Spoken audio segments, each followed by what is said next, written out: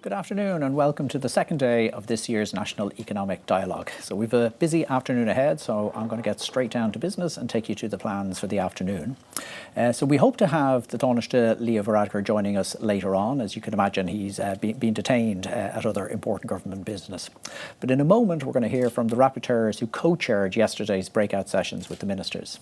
So the rapporteurs have produced short summaries of the discussions from yesterday, and they're going to present these to us. And after a short break, we'll come back for our plenary discussion. We're going to be joined then by Ministers McGrath and Donoghue, and I'll be inviting contributions on a number of themes, which I'll mention in a moment. We'll try to facilitate as many contributions as possible, and I'll try to ensure that the discussion is as lively and as interactive as possible. So following that session, I'll provide a very brief overview of this year's NED before I introduce Minister Eamon Ryan, who will be delivering the closing address. So that's the programme, but let me now return to the themes which I hope to raise later. And I'd ask you to be thinking about them before we get to our open conversation. So I have four themes with related questions. So first, I think we should talk about the overall fiscal balance. And specifically, if we take stated ambitions in health, I'm referring here to Sláintecare, in housing and climate, and the challenge of population ageing, I cannot see how the ambition will be met without revenue increases in the medium term. So here are my questions. Does anyone disagree with that starting point? And for those who agree, where can the increased revenue come from? And what would you cut? My second theme relates to climate change. So most of us, and possibly actually all of us, agree that climate action is critical, and we now have a target of 51% reduction in emissions by 2030. So are we collectively convinced that this is actually feasible within reasonable considerations of affordability and the just distribution of costs? And when I talk about the distribution of costs, I'm referring here to households, to sectors and to regions. My third area is motivated by the likely changes in international rules on corporate tax. My questions here are as follows. Are we confident that Ireland can continue to attract FDI through the non-tax elements of our offering, and that our enterprise base, the domestic enterprise base, is well placed to be an engine for growth? So I'm hoping here people will reflect on issues such as education and training, enterprise supports, and the host of other issues which arise in discussions about competitiveness and productivity. So let me motivate my fourth area in the following way. So in the dialogue in 2019, recurring themes included precarious work and broader issues of employment and financial insecurity, including pensions. We also discussed inequality, covering inequalities relating to gender, ethnicity, socioeconomic status and disability. So over the course of the pandemic, the state has taken a huge role in combating financial insecurity and has provided more generous welfare support through the PUP. So the questions. What do we expect of the state post-COVID on the issues of inequality and insecurity? And are there implications from the likely new models of work, whether positive or negative? As I said, I hope to cover those themes in the open conversation, and I'll invite contributions across the spectrum of the organisations that we have represented here today. And we might also cover additional issues if time permits. Okay, so we are going to go to we're going to go straight into our rapporteurs. I'm not going to take time up giving sort of flowery introductions. Some of the rapporteurs are household names, and you can also read about them on the website and the programme for the day. So with that, I'm going to hand over to Stephen Kinsella, who's going to talk us through breakout session number 1. And Stephen, I am going to remind you, we're really tight on time, so 4.5 or 5 minutes, if that's okay. No worries. Thank you very much, Alan, and we can start the clocks. So this is my fourth time as rapporteur at the National Economic Dialogue. The discussion is always robust, respectful and reflective of the wishes of wider society, from business concerns to the concerns of workers, the environment, and of course, the broader fiscal debate post-COVID. 21 of the more than 40 participants in Breakout 1, which is delivering a sustainable and resilient COVID recovery, spoke. Minister Donoghue responded to participants in roughly rounds of 3. As in most sessions I've acted in as rapporteur, there was no general consensus reached, as there was, for example, during the 2017 National Economic Dialogue, when childcare emerged as a key policy problem to solve. More curiously, while calls for greater levels of spending in specific areas were heard, and while calls for where precisely these increased taxes would come from were voiced, there was no discussion of potential tax cuts of any kind during the entire 2-hour session, which was quite different from previous years. The minister opened the session making the point that we always face resource constraints regarding how the funds of the state can be allocated. The budget is where we reconcile our needs to those finite resources, and it can be important to understand the boundaries about these resources, how they can be created and allocated. A key concern of many participants was what a fair and just allocation of those resources might look like, and the minister noted the difficult circumstances which we as a nation addressed over the past year. He noted that at some point a budget constraint will re-emerge for Ireland, and as a high debt country, there is one place where we can be, and that's on the right side of that constraints. We prioritised our discussions in 2 of the 4 suggested themes: the medium-term budgetary target, and if public expenditure in some areas is permanently increased, should this be funded by reductions elsewhere or through higher taxation? Spoiler alert, nobody plumbed for a discussion of reductions in spending anywhere. 3 key themes emerged. First, protecting our ability to borrow as a country is going to be crucial, as will our ability to spend properly to aid increased social cohesion. Second, headline budget targets as well as a debt reduction target should be considered. Regardless of the point in the cycle, it is important to retain the level of capital expenditure of the state, because any change in capital spending only defers the need for it into the future. Third, a jobs-led recovery implies a managed withdrawal of supports, the pace of which needs to be carefully managed to cushion citizens from the uncertainty of COVID and undue hardship. To the 2 questions then. What should the medium-term budgetary target be? We know the fiscal rules are in abeyance. We know they will return, and they will return in some form. It makes sense to have a domestic debt target set 4 or 5 years ahead in GNI star terms by the government. There was a need to see better costings, better spending frameworks, and new elements of spending efficiency. Several speakers noted that political commitments to debt targets have not been as concrete as they needed to be in the past. It was also noted that there was no strong political constituency for recognizing trade-offs. And there is a strong problem of pro-cyclicality to consider. There was a concern about who will pay for changes to tax provision, while recognizing there's a key need to redistribute heavily to offset the damage caused by COVID. Speakers recognize this pandemic has not impacted everybody in the same way. Some have done well out of the pandemic. Other speakers argued for the need to broaden the tax base and increase its tax take. One very important point was the extent to which we can use fiscal policy to build social cohesion. Most speakers felt we needed a really important and transformative approach here, not just an incremental one. Budgeting and borrowing targets needed to be linked to targets showing how we're going to transform our society through healthcare, childcare, and housing. To the second question then, if public spending in some areas is permanently increased, should this be funded by reductions elsewhere or through higher taxation? Several participants rejected the binary nature of the question, showing the broad-based nature of economic education in this country is to produce a "it depends" kind of answer, which brought gladness to my heart. Public R&D in Ireland is low relative to other high-income countries and could generate positive economic and fiscal returns if positively deployed. It is important not to treat all forms of tax and all forms of spending as identical from a fiscal sustainability perspective. Instead of making it all about taxes, we need to think about a broader revenue approach, such as PRSI and others. Given our evolving demographic structure, we need to differentiate between education, which improves competitiveness, childcare, which leads to jobs and better outcomes, and climate, which improves the outcomes of the next generation. Finally, Chair, there was a general agreement that the tax burden is going to be much higher in the next 10 years. There is a need for a mature debate on how these taxes are raised, from whom, and the efficiency required to spend these monies effectively. There was a strong agreement that all taxes needed to be gender sensitive. Thank you, Chair. Thank you so much, Stephen. Delighted to be able to say we have now been joined by the Taoiseach, and it's my great pleasure to invite him to address the National Economic Dialogue. So, Taoiseach. Thank you. Thanks very much, and good afternoon, everyone. And you're very welcome to day 2 of our National Economic Dialogue for 2021. I want to say a few words about the government's plan for economic recovery. The recent economic recovery plan, which with you're all familiar, charts a path forward to build a better future. A future in which social and economic progress go hand in hand as they should. The plan provides a roadmap to navigate our immediate recovery and also the fundamental and accelerating challenges and opportunities that our country faces.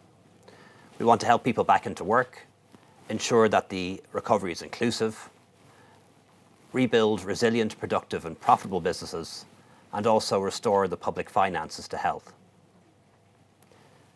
The plan includes more than 3.5 billion in short-term stimulus and just over 1 billion in additional funding under the National Recovery and Resilience Plan, which will help kickstart a jobs-led recovery and drive the economy forward to a decarbonised, more digital and more secure future. Our objective is to restore and then go beyond pre-pandemic employment levels, and we're targeting a record 2.5 million people at work in 2024. Crucially, we want to create jobs that are more sustainable, more secure and properly valued. As is always the case, not all jobs will return, and capacity constraints may emerge quickly in certain areas, given the scale of investment required when it comes to housing and climate, for example. The plan reflects the magnitude of the challenge by increasing the capacity of our Public Employment Service, or Intro, helping it to help 100,000 people every year. The new Pathways to Work strategy, which will be led by Minister Humphreys, will help people who lost their jobs during the pandemic or whose sectors have been transformed as a result of the pandemic through intensive individual activation, upskilling and reskilling opportunities. We're going to place a particular focus on working with younger people at greater risk of long-term unemployment, whose plans and lives have been derailed by the COVID crisis.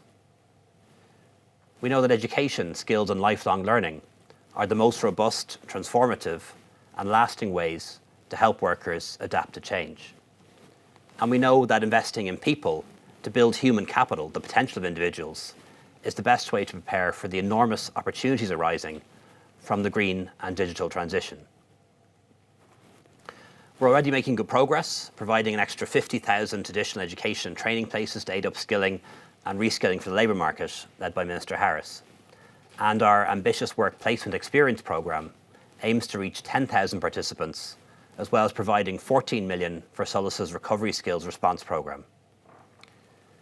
We've already seen a very significant recovery in the number of people registering for apprenticeships following the introduction of the new apprenticeship incentivisation scheme.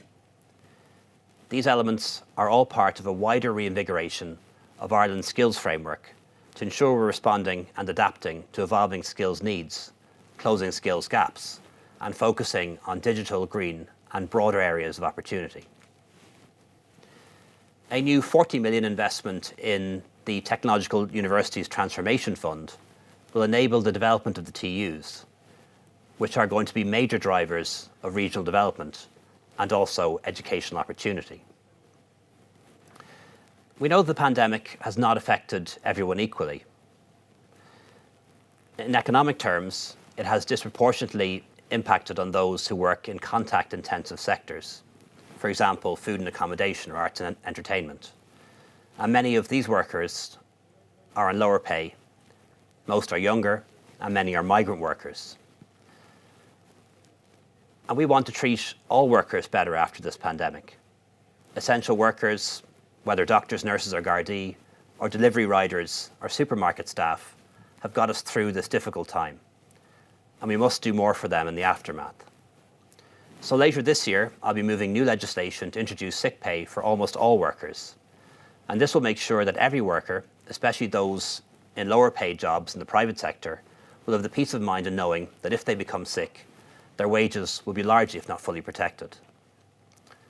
Following my request in April, the Low Pay Commission has formally begun work on how Ireland can move towards a living wage during the term of this government. And we're also progressing a series of reforms to unleash the potential of remote working, including the right to disconnect and a right to request remote working. I believe these workplace reforms can form part of a pandemic dividend, a positive legacy which can emerge from the hardship and sacrifice endured by the Irish people during the pandemic. While we work on the future shape of the economy post-pandemic, there is still a need to provide clarity and certainty for businesses and employees over the period ahead through a new coherent package of extended and targeted financial support schemes.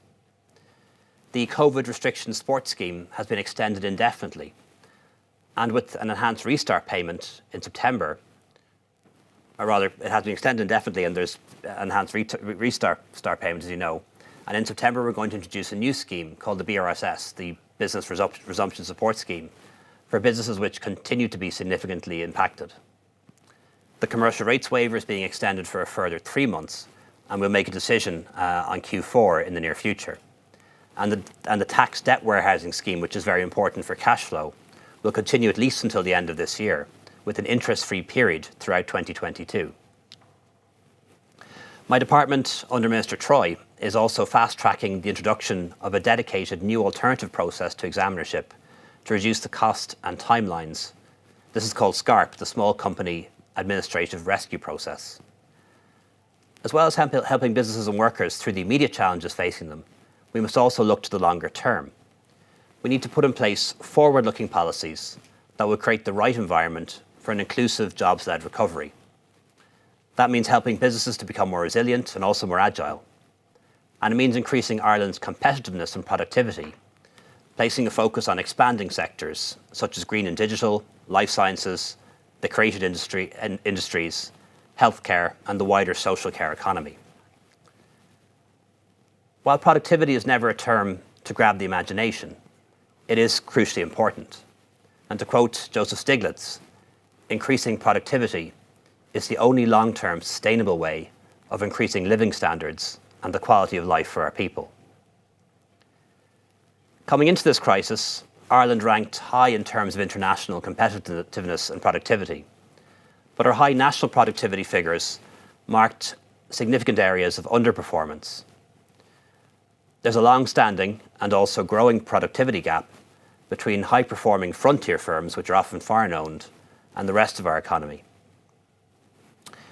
If we want to see higher levels of productivity in the SME sector, we need to figure out how those companies can learn from high-performing multinationals. By focusing on the need to develop indigenous enterprises, I'm not proposing for a second that we take our eye off foreign direct investment. Both require our attention. The IDA's new strategy, running till 2024, is targeting 800 investments and 50,000 jobs across the country, as well as strengthening linkages between SMEs and FDI.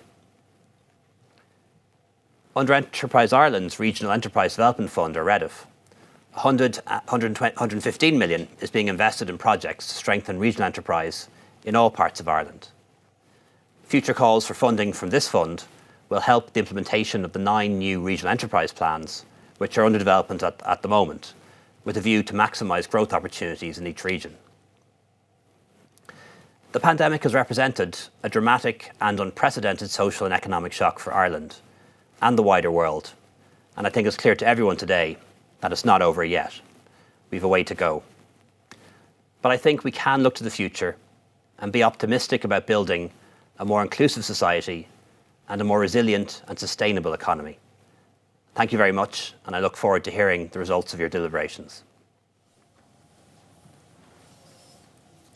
Thank you, Taoiseach. Really delighted you were able to join us today. We appreciate it's a very, very busy day, but it was really important to have those observations, so we very much appreciate that. Okay, so with that, we're going to carry on with the report back from our rapporteurs, and our next rapporteur is going to be Larry O'Connell, and Larry was in with Michael McGrath, Minister McGrath, talking about budgeting for a better Ireland. So, Larry, are you there? Yes, thank you, Alan. Yes, so our session focused on budgeting for a better Ireland. We had 4 questions that we focused on. The first question that we addressed was, how do we actually prioritise our expenditure? How do we prioritise decisions? The first key to that was shared vision. It was highlighted that the Programme for Government sets out a shared vision, and the key now is to make that happen. In working towards the vision, a number of what might be seen as guiding principles are noted. These were first that the recovery should be inclusive and fair, and the need in that context to have a wider conversation about the tax take and the tax base. Secondly, that the recovery should, the principle of a quality jobs-led recovery was key, and the importance in that context of investment in innovation and skills was raised. Thirdly, competitiveness and productivity. There was very strong support among the participants for ensuring that the economy remains competitive. Issues noted included the pace of technological change, rural broadband, the mobility of investment, and interestingly, quality of life was raised as being a key issue now, in fact, in influencing locational investment decisions. Fourth principle was that we need to balance short and long-term priorities, and discussion in that context focused on sequencing of investment decisions and consideration of how we view time horizons. The fifth principle was to use monitoring and review of the impacts of public policy through, for example, well-being measures or other social progress indices. And that was seen as a key means of supporting decisions about how we prioritize key public services. A number of issues are raised in regard to measurement, including poverty proofing, specifically data gaps that exist, and the assessment of impact of services. Also, a greater focus on the return on social investment and the cost of inaction or not investing, particularly in social and environmental areas, was also highlighted.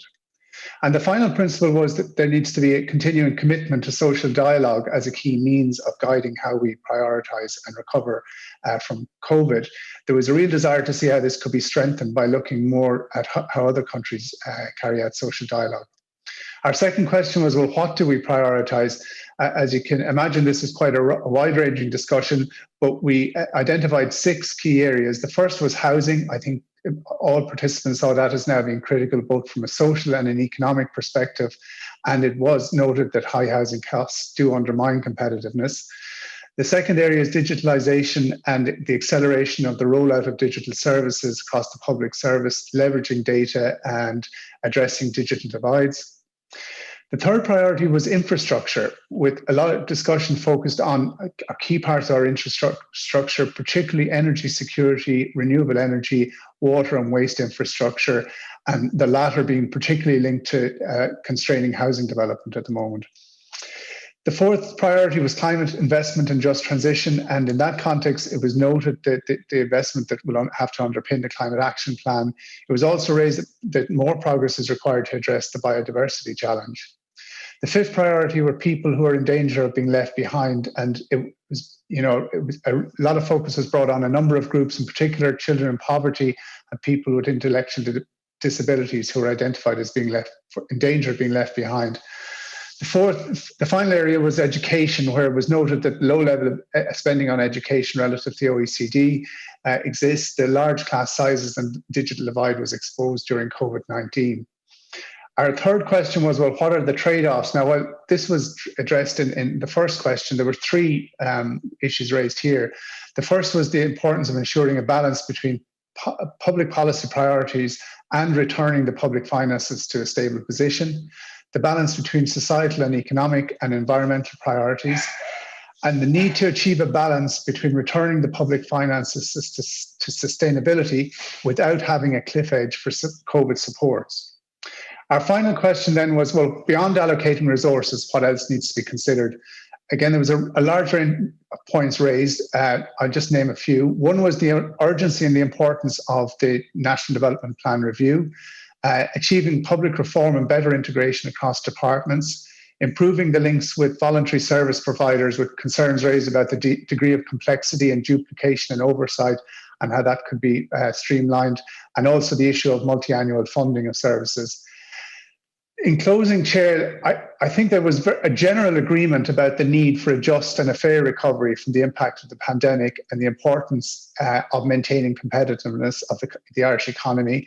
I think across all participants, housing was identified as being absolutely critical. The discussion highlighted a really broad desire to participate in an informed discussion about the policy challenges, and there was general support for the opportunities to engage in effective social dialogue like we had yesterday. And the final point is that there was a lot of discussion about the supportive role that a wellbeing framework can have in terms of how Ireland is progressing and how it might inform the policy-making process.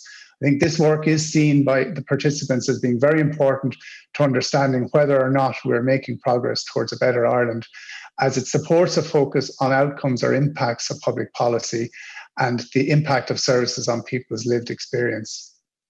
Thank you, Chair. Great. Thank you so much for that, Larry. Appreciate it. We'll move straight on then to Conor O'Toole, who was in the Tánaiste session. So my ESRI colleague, Conor, over to you. Many thanks, Alan, and I'm looking forward to reporting back to the dialogue. The discussions from breakout session 3, which was related to supporting economic recovery and job creation in the context of COVID-19 and the medium-term challenges and opportunities, which was chaired by the Tánaiste Minister for Enterprise, Trade and Employment, Leo Varadkar. So the session was opened with contextual discussions around the COVID-19 situation and a focus on longer-term issues as the recovery becomes more ingrained. There were kind of 5 key areas that were addressed by the group. The first were the key features of the post-pandemic recovery. The second were areas of opportunity in the future economy. The second was this key issue on developing linkages between domestic and foreign firms. The fourth was the recent SME growth plan and its recommendations. And the final issue were challenges and risks. We had a very wide-ranging discussion across these topics from nearly 40 participants in the session. So what I've done is I've kind of grouped the discussion into 3 themes across these 5 questions. And the first theme relates to the post-pandemic recovery and opportunities for the future economy. Some key features that were of particular focus to early contributors in the session related to digitalization and the pivot to online activity, the issue of remote working, and the opportunity to drive forward regional rebalancing. A number of issues were raised covering the benefits of digitalization and remote working in terms of flexibility, gender equality, but also in terms of the broad sectors that can benefit from such developments, such as health, logistics, and transport. In terms of regional rebalancing, this is a critical issue, and the type of growth that could be gained from this process was seen as critical. And there was also a discussion which followed on how cities' economies can be redeveloped and reinvigorated as the public health crisis abates. A number of contributors pointed to the strong economic growth that's expected from 2021 onwards and the necessity to use this strong position to capitalise on opportunities. The uneven pattern of the recovery was noted, and the sustainability of the recovery was contextualised in the requirement to ensure skills and labour capacity constraints do not bind. Discussion focused on whether enterprise policies needed to be developed on a sectoral, bespoke nature rather than a one-size-fits-all basis. Issues for companies in relation to competitiveness were raised, with managing the cost of housing and infrastructure provision noted as key enablers of a successful transition to the post-pandemic economy. The importance to firms of issues in relation to price competitiveness were strongly emphasised. In terms of the policy focus, the long-term certainty of the business policy environment was noted as a strength in the Irish context. However, businesses would appreciate a signposting and flagging of the policy mix to enable planning around investment policies and choices as we exit the pandemic. In relation to the key question of foreign versus domestic-owned firms, the recent OECD report on Ireland's FDI quality reinforced a long-standing observation that domestic enterprises are often lower productivity, and the linkages between FDI firms and domestic firms could be further developed. The discussion around this topic in the session really focused on how to better develop these linkages. A number of examples of very successful current integration strategies were noted, for example, MedTech in Galway and Biopharma in Cork. However, the difficulty repeating these successes for the broader SME sector was put forward. Factors which can help explain these spillovers were noted as the global nature of supply chains, the competitiveness of operations, the issue of standards, and the importance of institutions such as the enterprise agencies and also universities and other institutions. The issue of capacity constraints was raised by many SMEs facing the challenge of how to scale up to successfully enter the supply chains of larger multinational corporations. In terms of the SME growth plan, there was a general welcome for the work of the SME task force and its recommendations. It was emphasised that the implementation of the recommendations is critical. In terms of the risks and challenges, the main points related to the uneven nature of the economic shock from COVID and how this recovery can be distributed across a diffuse and heterogeneous SME sector as the economy recovers. Addressing cost competitiveness and infrastructure issues really came through as key elements to any successful risk mitigation strategy for businesses in the recovery. So the session concluded with contextual discussions around the heterogeneous impacts of the economic fallout from COVID-19 and its very differential effect across different sectors and different companies. While the economic recovery is likely to be very strong, ensuring there's balance in this recovery is seen as critical. an overall focus on leveraging the benefits of the post-pandemic economy, such as the issue of digitalization, gleaning the benefits of remote working, and the ability to balance regional development can be seen as critical elements of the post-pandemic economy's success. The session concluded then noting the development of an employment-intensive, strong SME sector was critical to the new economy. And that covers the deliberations in the third breakout session. Very good. Thanks so much for that, Conor. Lots of interesting stuff. Hopefully we'll get an opportunity to discuss it a little bit later on. So next we're over to Eleanor Denny. And Eleanor was at Eamon Ryan's section talking about climate-related matters. So over to you, Eleanor. Great, thank you, Alan. So our session started yesterday with kind of a scene setting. So we outlined the climate challenge, the government targets, and the challenges and opportunities that are facing us with those government targets. Minister Ryan then introduced the policy landscape around the Paris Agreement and the COP21. And we heard from the Climate Change Advisory Council on the timelines for the economy-wide carbon budgets and the Climate Action Plan. Following that scene setting at the beginning, we did a deep dive by sector across the sectors of agriculture, transport, and the energy industry. So the Minister Ryan led a brief introduction to each sector, and that was followed by contributions from the floor. So what I'd like to do is just provide a summary of the key messages coming out of each of those sectoral deep dives. So starting with agriculture, there was widespread agreement in the session that government policy needs to support environmental protection and emissions in the, reduction in the sector, while also ensuring sustainability of income for farmers and rural development. How that would be achieved was more contentious. On the one hand, there was views expressed that the efficiency measures that have been applied in the sector to date have not worked. There were suggestions for measures such as livestock caps, nitrogen limits, organic farming measures. There was a call to explore opportunities for diversification of farm income, such as carbon sequestration, biogas, microgeneration, and potentially opportunities for cross-sector integration. For example, linking biogas with heat markets and through waste usage.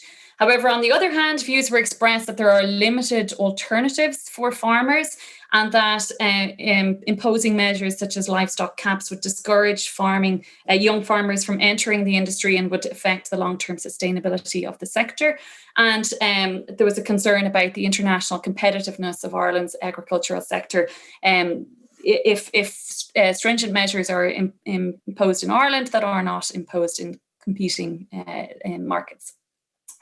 But overall, there was a general appetite in the sector for innovation and technology adoption.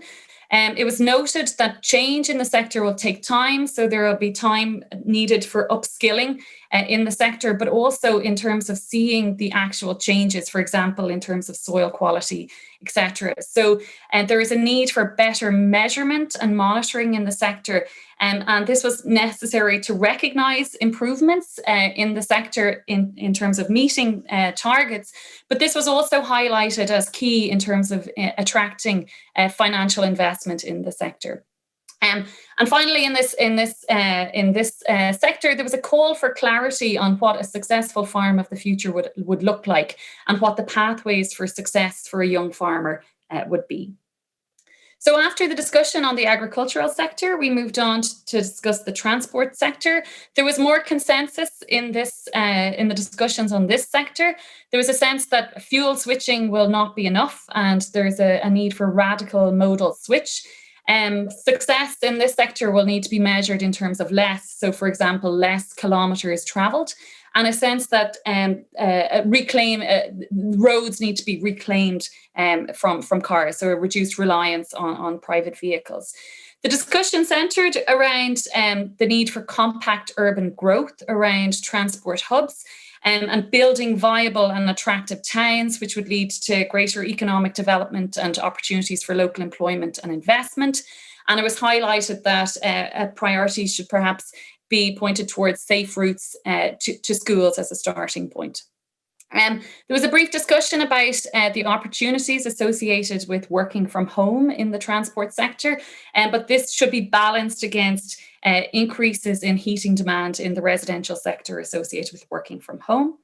There was also a discussion around the feasibility of proposed solutions and perhaps some contradictions there in terms of targets for increasing electric vehicles, while on the other hand, trying to reduce traffic volumes. Then in the energy industry discussion, there was extensive discussion on the potential for offshore renewables, and there was a call for it needing more focused attention and coordination, and that should be done across the multitude of stakeholders and communities which would be impacted and may benefit or not from offshore renewable development.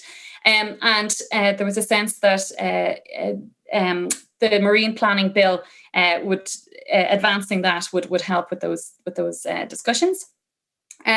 The discussion then moved on to the potential for using renewable energy for hydrogen production and the importance of linking our industry strategy with that of our environmental strategy, and looking at the opportunities for locating industry geographically close to sources of renewable and hydrogen production.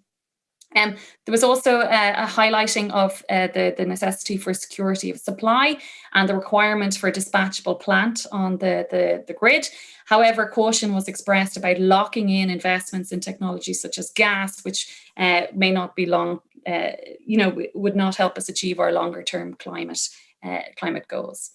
So we had those 3 deep dives across those 3 sectors, but there was also 2 cross-cutting themes that kind of came across all 3 of those deep dives. And the first was the importance of engagement and dialogue with stakeholders and how it is critical to build consensus on the path forward across all sectors, and the need for ongoing structured dialogue, and a sense that we need more of the sort of discussions that were held yesterday.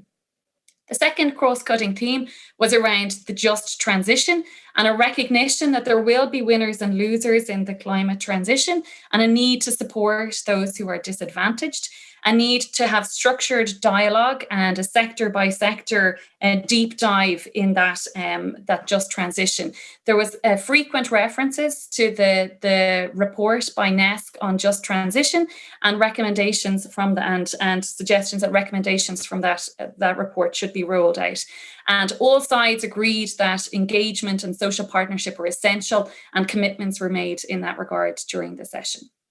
So in summary, there was consensus that radical change is needed to achieve our climate goals, and there appeared to be an appetite for this. However, we need to safeguard living standards, and the transition has to be just, and we need more regular and meaningful discussion in order to achieve that. Thank you very much.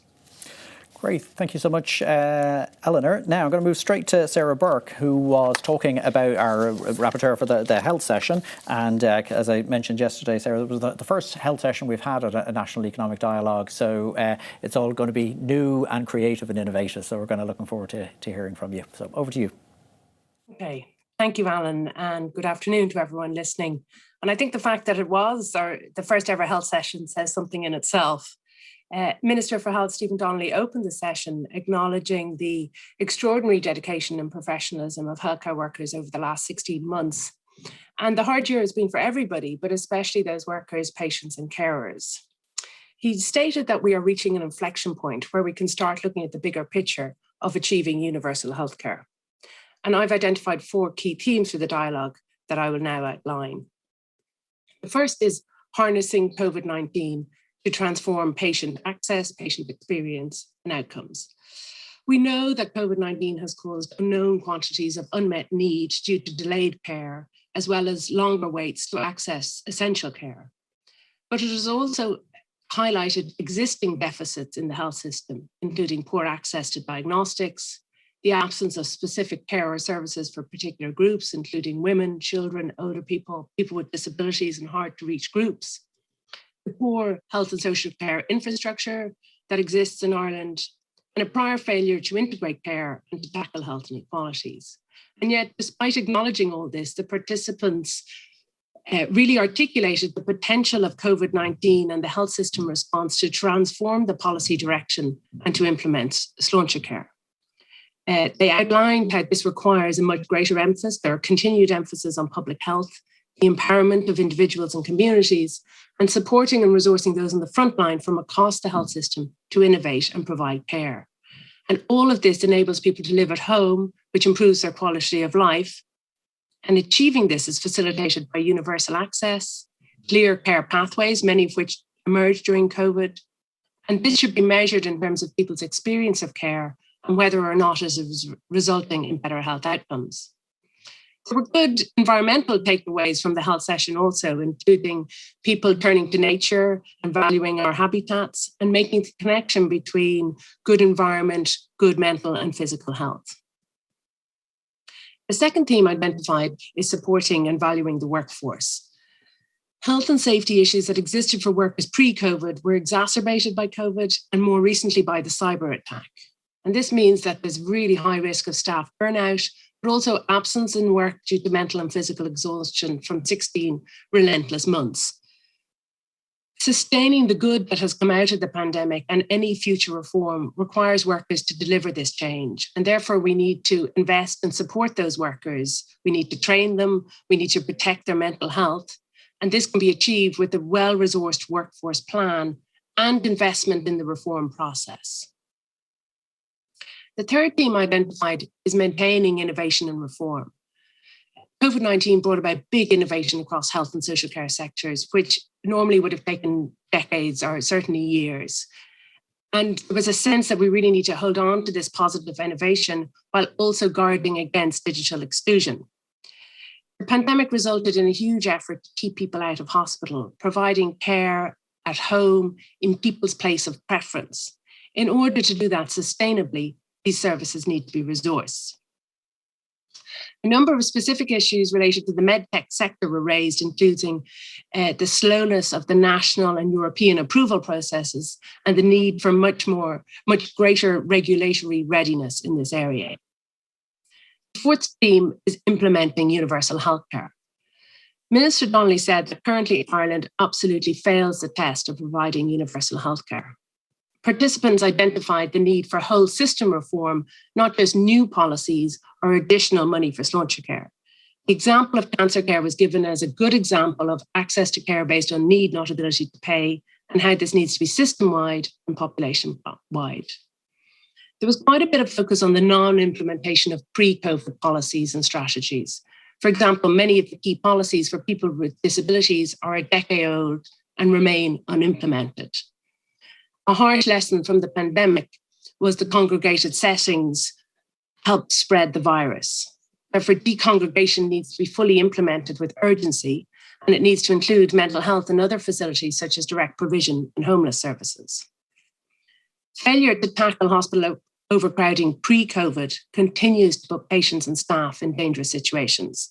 The zero tolerance for overcrowding that was introduced in the early stages of the pandemic needs to be maintained.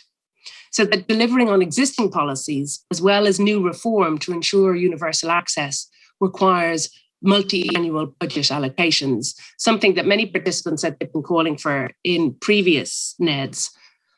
So in conclusion, COVID-19 has demonstrated that when there is a political priority and much greater resources allocated to health and social care, rapid and innovative health system responses are enabled and possible. The pandemic presents a unique opportunity to transform the entire health and social care system and to deliver universal healthcare. Thank you, Chair.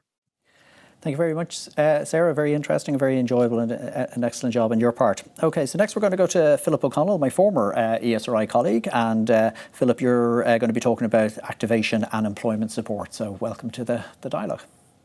Thanks indeed, Alan. So our breakout session 6 was on activation and employment supports, and the session was chaired by Minister Heather Humphreys, Minister for Social Protection.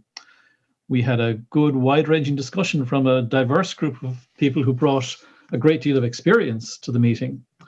And the session was particularly timely because, as the Minister pointed out, Pathways to Work, the new version of Pathways to Work, is due for release within a matter of weeks. We addressed a range of different questions, but I think you could say that we focused mainly on 4 themes.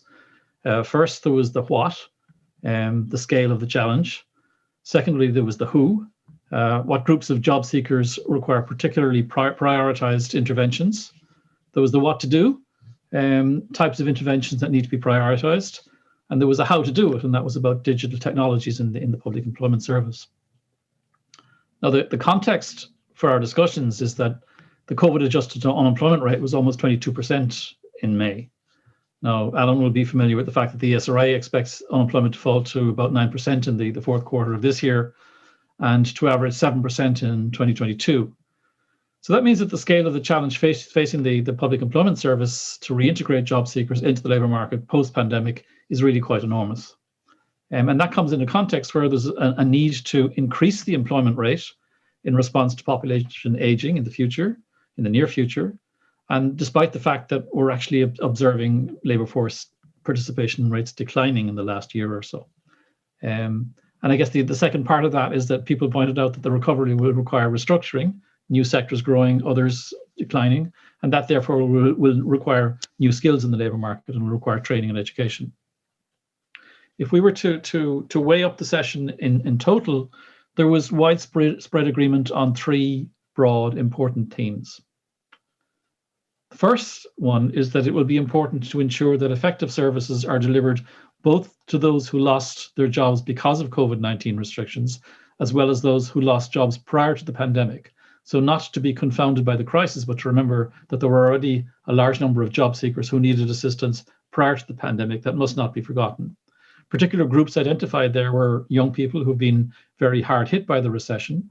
And there was discussion also about where we should draw the line on that. Traditionally, we've thought of the youth labour market in terms of people under 25 years of age, but it may be more suitable now to think in terms of an age threshold of about 35, because that seems to be where the pandemic hit particularly hard. But other groups also came to mind.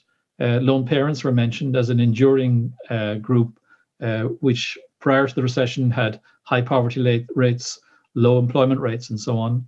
And also travellers who have suffered severe exclusion, very, very high unemployment, very low employment rates throughout the period. But it was also noted that older workers have been affected by the pandemic as well, and they may face particular difficulties in gaining new skills and integrating into new emerging sectors. So they cannot be forgotten either. A second broad theme that emerged was that the Public Employment Service must be an inclusive service that enhances the employment prospects of all of those seeking work, and not be confined just to those who are currently in receipt of a social welfare payment. And this was echoed by numerous participants in the discussion. So the notion is that it's not just about people who are claiming job seekers benefit, but other people who might be willing to work but are finding difficulty finding their way into the labour market. Other themes that came up under this session included the need to invest in labour market programs that are known to work, and so relying on evidence on effectiveness.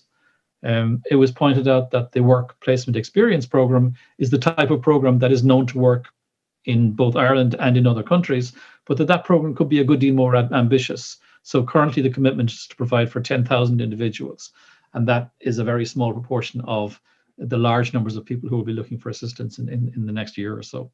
That, of course, will require significant employer buy-in in order to support it, because it is a wage subsidy type scheme.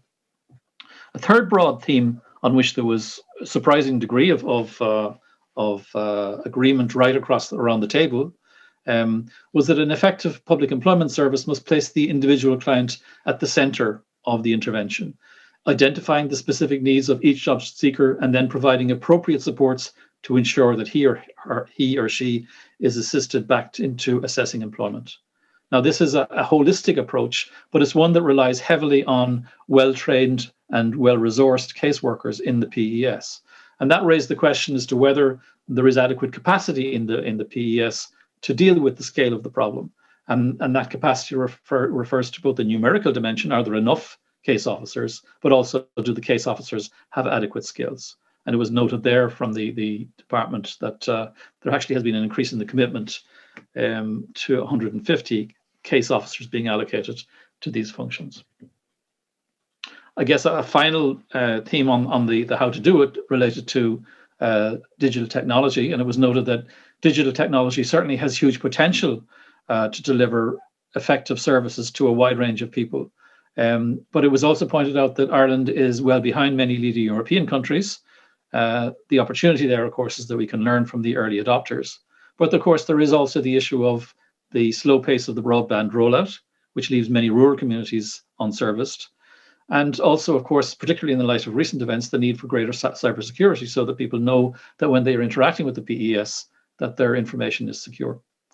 And finally, it was pointed out that not everyone can access or benefit from digital approach, either because of access to or ownership of equipment, or because of other issues to do with being able to deal with IT. And so that will be necessary going forward to blend face-to-face interventions with those facilitated by IT. I think that's my lot. Thanks, Alan. Great, thanks so much, Philip. Always enjoy listening to you. You made reference to a lot of experienced people at the session, but of course none are more experienced than you in terms of evaluating those programmes and analysing them. So great to have you run through all that material. Okay, so our next breakout is number 7. It was about skills provision. It was Simon Harris's breakout, and the rapporteur was Dara Flannery. So Dara, over to you. Thanks, Alan. Thanks very much. Within the overall theme of building a sustainable recovery, our breakout session specifically centred in the role that tertiary education system may play in ensuring a balanced provision of skills in Ireland. The session began with a brief introduction by the Chair, Minister Harris. He touched upon a number of key issues within the sector, including a desire to foster a culture of lifelong learning and hope that the flexibilities and responsiveness shown over the past 18 months or so in further and higher education can be reflected going forward. The Minister also acknowledged the need to lessen the barriers that may contribute to locking people out of the education system later in life. With over 30 participants from private industry, various parts of the higher and further education sectors, as well as other stakeholders, there was a constructive, wide-ranging and interactive discussion that addressed some key questions. And I've grouped these under 3 themes, namely clarity, communication, culture of education pathways, skills and skills gaps, and integrated approaches. Under the first theme, there was a wide consensus that a system that helps foster a mindset of lifelong learning and a variety of pathways of such learning in an equitable manner is desirable. To achieve this, matters such as ensuring greater levels of visibility of current structures and supports within further education and training system, as well as having a strong evidence base to help inform decision-making was discussed. For example, more engagement with parents and students at second level, as well as adults across the lifespan on the benefits of further education and training and apprenticeship schemes rooted in evidence was raised. The greater potential of role models to show progression from apprenticeships to leadership roles in industry was also highlighted. Constraints related to issues of infrastructure, potential offerings, geographical disparities, and the relative complexity of the current system for students within further education were also raised as areas that needed deeper considerations. The new website initiative, rightcourse.ie, was mentioned as an important first step in bringing further education, training, and higher education courses together for learners from an information provision viewpoint. On a broader level, the topic of innovating and taking risks in how education and training is delivered was raised, with the suggestion that resources be provided to help pilot new pathways to support access or delivery models, with an acceptance that, like any experiment, some will fail. With regard to the issue of skills and skills gaps, the concept of mismatch within the tertiary education system was discussed. It was noted that mismatch can take a variety of forms, such as over or under education, as well as under or over skilling. An examination of the overarching skills infrastructure and skill demand in Ireland was deemed to be difficult, but worthwhile. Specifically, a desire for a more regional or local approach to surveying skills needs and potential gaps within these was also discussed. The importance of a regular skills forum involving employers, trade unions, education sector was raised, as well as the need to be clear about distinguishing between long-term and short-term mismatch, as there may be a lead in time to address certain gaps in certain industries. On a specific note, attention was drawn to a significant self-reporting of underqualification at managerial level in recent national data. The problems faced by sectors such as biomedical pharma in recruiting staff, as well as the need for a more formal, integrated lifelong learning approach for people in key areas such as healthcare and education. On a positive note, new skills architecture such as the Micro-Credentials Initiative, Springboard and SkillsNet were mentioned as very valuable in providing flexibility within the education system. A theme that emerged across different strands of the discussion was the need for an integrated approach through the education system, but also between the third level sector and other stakeholders. With the former, it was noted that while a lot of opportunities in further education and training and higher education exist, the complexity of the system from the student perspective may be a challenge. The need for clear communications of progression through pathways was discussed. Also within the theme of an integrated approach, the concept of co-creation and enterprise as a full partner with employers and other stakeholders with higher education institutions was raised on one hand, but also the importance of autonomy of institutions with the need to avoid reforms that create a homogenous sector was also raised. The importance of the arts and humanities in fostering important skills such as engaged citizenship, embracing ambiguity and complexity was also raised. Other points of note discussed were the potential scalability of any changes within systems, the desire for greater sharing of any future evidence base between higher and further education, and the need for a conversation around the role of the National Training Fund within the third level sector. In summary, an engaging discussion took place with a broad range of stakeholders, placing their views around a number of important areas within the tertiary education system. There was an explicit desire for more of these integrated discussions, such as yesterday. So thank you, Chair. Very good. Thanks so much, Darragh. Of course, I was at that session, so I can confirm you did an excellent job in feeding back to everybody. So well done on that. Now, next rapporteur is Ronan Lyons. Be no surprise that Ronan is going to be talking to us about the housing breakout session. So straight over to you, Ronan. And if I could ask, I'm going to ask the last three speakers to be really sort of tight on the 4.5 to 5 minutes, if that's okay. So over to you, Ronan. Thank you, Alan, and no problem. I will certainly do my best on time. The theme we were given was bridging the viability and affordability gaps in housing and investing in our cities. And so myself and the Minister for Housing, Darragh O'Brien, took that reasonably literally and thought about the session structured around those three key core concepts. The first is the viability gap, the second was the affordability gap, and the third was investing in our cities. And of course, the housing topic has been mentioned a number of times, so I won't make any preparatory remarks other than to note that there's a general consensus that there's a mismatch between weak growth in the capacity or supply of the housing system and strong growth in housing need or housing demand, whatever terms people prefer. So in relation to that first theme, the viability gap, really that's about the relationship between housing prices and housing costs. And of course, if that's out of kilter, then there will be very weak additional supply. And whether it's the market side of the system or the social or non-profit side of the system, that's been the case for the last few years. During the discussion of this theme, a number of issues were raised in relation to the informational infrastructure that's available to policymakers and others. For example, Ireland lacks, unlike most of its peers in the European Union, it lacks a register of land and property ownership. It lacks a database on land transfers. It lacks a cadastre, which would be a comprehensive database on land ownership and estimated land values updated with each transfer. It also lacks a register of residence, which makes some of the proposals, for example, around taxing under or unused sites or dwellings quite tricky and often veering into legal territory, whereas it should be just a fiscal issue. And the third point in relation to the data infrastructure was in relation to construction costs. And that was highlighted by a number of contributors that Ireland faces very high costs compared to household incomes. While there is information at a high level, the next level of detail down is missing, and therefore the policy actions are unclear or have been unclear for a number of years. Related to that, then, some contributors mentioned the possibility for new methods of construction to bring down build costs. That in turn raised the topic of standardization as a way of generating economies of scale.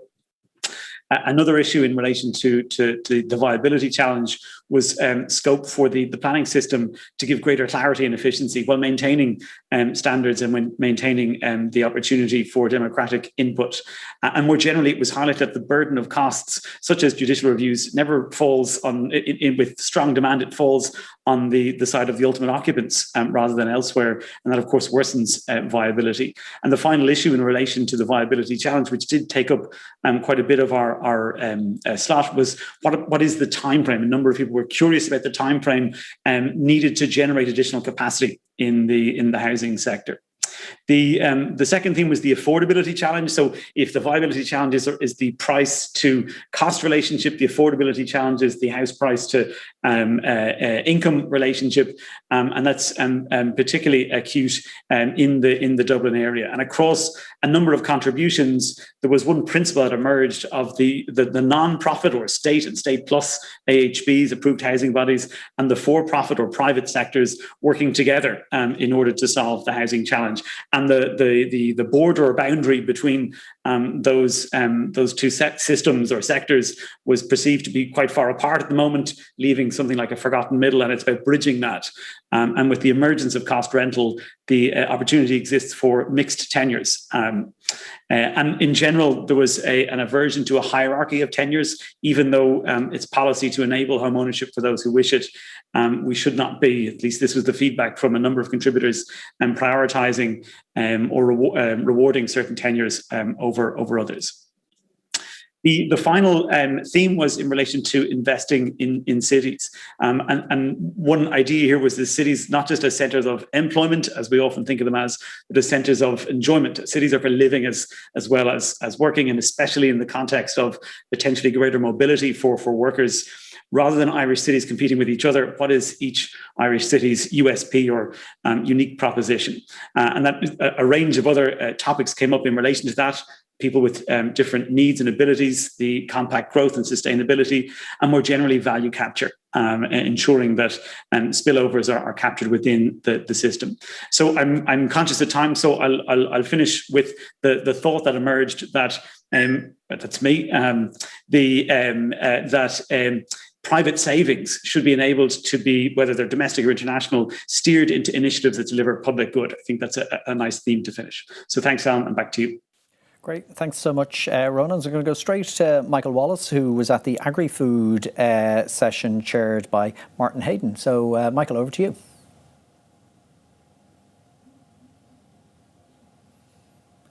Deliberations from the Agri-Food breakout session. I think we had a very constructive and wide-ranging discussion of the agri-food sector's resilience during COVID-19 pandemic and its strategic priorities as the crisis recedes. So the session was chaired by Minister Hayden, and I just want to thank the Minister and all the participants who contributed to a very productive discussion. So I think there were 4 principal themes that emerged from our session. And the first of those themes related to the proven resilience of the agri-food sector. So participants agreed about the remarkable resilience of the agri-food sector amidst unprecedented turmoil of the crisis and the inbuilt resilience that the sector has demonstrated. And how businesses persevered due to the essential nature of their work and kept going through what were very, very difficult circumstances, adjusting to situations like the loss of the food service market and rebalancing towards retail customers, responsively and in a coordinated fashion, introducing extensive protocols to protect the safety of workers in processing facilities and ensure continuity of those operations.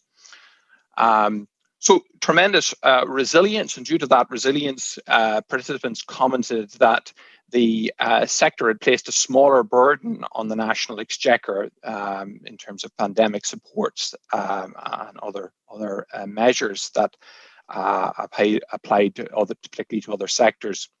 Notwithstanding that resilience, participants noted acute challenges, for example, in the fishing sector, where markets were very severely impacted in the early stage of the pandemic, and subsequently through reductions in quotas arising from the Brexit deal.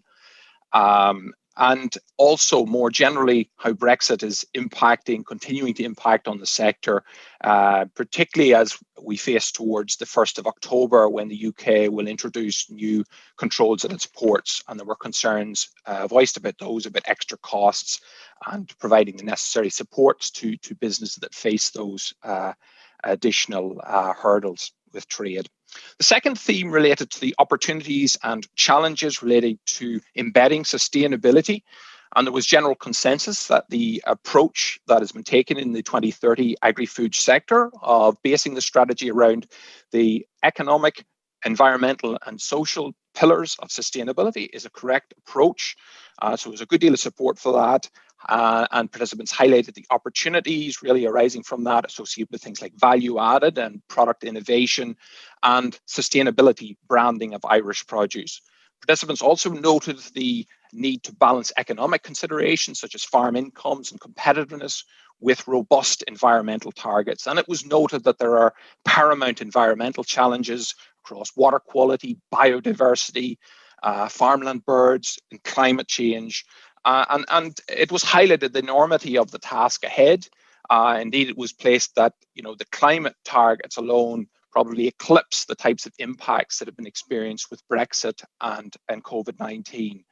And there's a need to look at measures to support farmers, looking at areas around things like the accounting for carbon sequestered in farm hedgerows and permanent grassland, among other factors to be considered.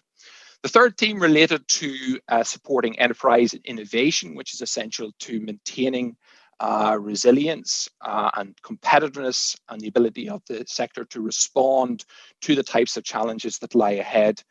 And participants highlighted the importance of entrepreneurship and supporting entrepreneurship through, for example, food innovation hubs, enterprise integrators to encourage new value-added products for global markets, encouraging upscaling into international export markets, measures to encourage female entrepreneurs and creating greater diversity and renewal within the sector, and developing new revenue streams, for example, in renewable energy and in agroforestry.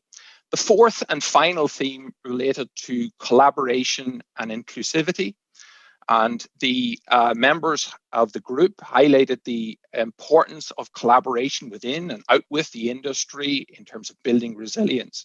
And it was also acknowledged the importance of having a collaborative and inclusive approach that has been implemented nationally in policy development, and participants referenced the 2030 agri-food strategy process in that regard.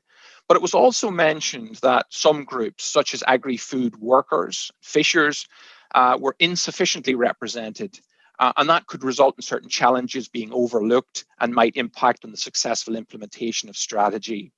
Other areas that arose in this heading related to policy coherence, aspects of the Common Agricultural Policy, Pillar 1 and Pillar 2, consistencies, issues around planning permission, particularly in relation to renewable energy projects, and meeting the agri-climatize targets, developing whole government approaches, particularly in the rural, the renewable energy sector, to help stimulate that sector and then give greater uncertainty to investors, and acknowledging the value of collaboration between businesses, government and state agencies like Board B in broadening the reach of Irish food companies going forward into high priority growth markets through things like international trade missions, but also continued investment in research and development was emphasised. Michael, I'm going to ask you to wrap up as quick as possible, if that's okay. Just finishing last point. The final point that was raised related to the pivotal importance of generation renewal in agriculture, and emphasised the role of national and EU policies to support young trained farmers get established and also to promote succession planning. So that is where I leave the discussion pointers from the Agri-Food Group. Thank you. Great, thanks so much for that. So our last rapporteur then, Denise O'Leary, is going to talk to us about the tourism session with Minister Catherine Martin. So Denise, good to see you, and we look forward to your remarks. And again, I hate to do this, but we're tight on time, so if you can be disciplined with about the 4 to 5 minutes, that'd be great. Great. Thanks, Ellen. So to summarise the rebuilding tourism in a post-COVID environment, speakers strongly welcome the inclusion of a breakout session for tourism and the opportunity to provide input into ongoing discussions on planning for Budget 2020 and on sectoral support. Consistently across the session, the key role that the sector plays in supporting the economy through direct and indirect employment and income generation was highlighted over and over again. So before the COVID-19 pandemic, tourism supported more than 250,000 jobs, but it's been estimated recently that 1 in 4 domestic tourism businesses may not recover. So the sustainability of employment and skills in the sector has also been negatively impacted. And as a result, it's difficult for the sector to deliver a coherently positive, personalised experience, which was one of the hallmarks of tourism in Ireland up to now. So it's a sector facing considerable difficulties moving forward. And in the discussion, input was provided on a number of questions, looking at policy measures and actions needed to ensure sustainable recovery. And a number of themes emerged. So financial support was a really important theme that was consistently discussed by all the participants. And the considerable importance of the various government support schemes in counteracting some of the negative impacts of the pandemic were acknowledged by everybody. But there was also, it was acknowledged that continuation of those supports is vital to ensure sustainability of the industry. And it was also highlighted that those supports need to be accessible to all who need them. So there was a lot of discussion around individual supports. Multi-annual budgeting was also suggested. There was also, the second theme was about reimagining the sector. So although supports are needed for restoration of the sector, it was actually recognised that there is opportunity in adversity and that building back better is achievable. So that means developing and making tourists aware of existing characteristics that distinguish Ireland as a unique tourism destination, like things like culture in its broadest sense. But there was also recognition that there's an opportunity for Ireland to emerge as a world leader in sustainable tourism. So developing that green island and marketing that green island brand. So there was a suggestion around policy measures and actions around encouraging businesses to engage in sustainable tourism and reduction of carbon emissions, and a stronger emphasis on green tourism in upskilling and retraining and in skills development. Also, more marketing and more availability of reliable data were mentioned. Extending seasonality and regionality roles was seen as particularly important in the recovery. So, for example, encouraging the extension of the shoulder season. And there was some suggestions made there around, for example, introducing a public spending stimulus scheme and things like festival supports, etc. The third theme was around reinvigorating international tourism, which was seen as particularly important because in normal times, inbound tourism accounts for 75% of revenues in the sector. So the focus in that input was mainly on the airline sector, which was recognised as being particularly vulnerable. And there were suggestions made around clarity and confidence, for example, clarity in international travel guidance, and also in the development and rollout of the digital certificate, not only for European countries, but also for the UK and US and further afield. And the last theme focused on addressing skills needs. So there was recognition that the pandemic has exacerbated an already existing skills shortage in the industry. And there was also an acknowledgement that tourism needs to become a more attractive long-term career option. So there were some suggestions made around that. For example, more investment in marketing tourism as a career, as a means of encouraging individuals to see the sector as an attractive option. And there was also calls for supporting greater access to skills development through education and training and creation of a centralised labour market intelligence unit. So in conclusion, and bearing in mind that we're tight on time, there was acknowledgement within the group that the government support during the pandemic has been really important in terms of ensuring sustainability of the sector during the period. And participants also acknowledged the importance of collaboration. So recovery was discussed in the whole session within a context of a reimagined tourism sector with a greater focus on environmental, social and economic sustainability. And there was a strong consensus finally that continued government support underpinned by policy instruments and associated funding will be critical in ensuring sectoral recovery moving forward. So thanks, Alan, and back to you. Great, thank you so much. Really good job, and thanks for staying on time. That was very, very helpful. So we've now come to the end of the report back from the rapporteurs. So what we're going to do is we are now going to take, I've been told, about a 7-minute break. So I think we're due back at 15:35. We've lost a little bit of time, but hopefully we'll have a good discussion in a few moments and get as many people involved as possible. So I think, as I suggested yesterday, if you want to go grab a coffee or whatever like that, sit down at the laptops again, and hopefully we'll have a good discussion in a couple of minutes. So with that, I'll say goodbye for a couple of minutes, and we'll see you at 15:35. Thanks.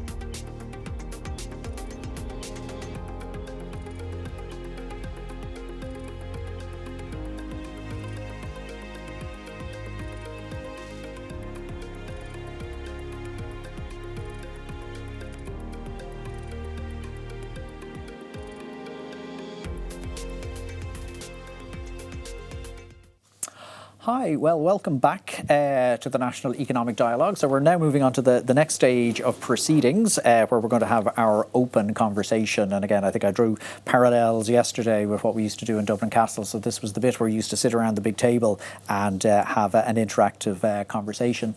So I'm joined by Minister Donoghue and Minister McGrath. It's a great pleasure to have you both here. And I always know it's a great opportunity for people to give their views and talk directly to the two of you.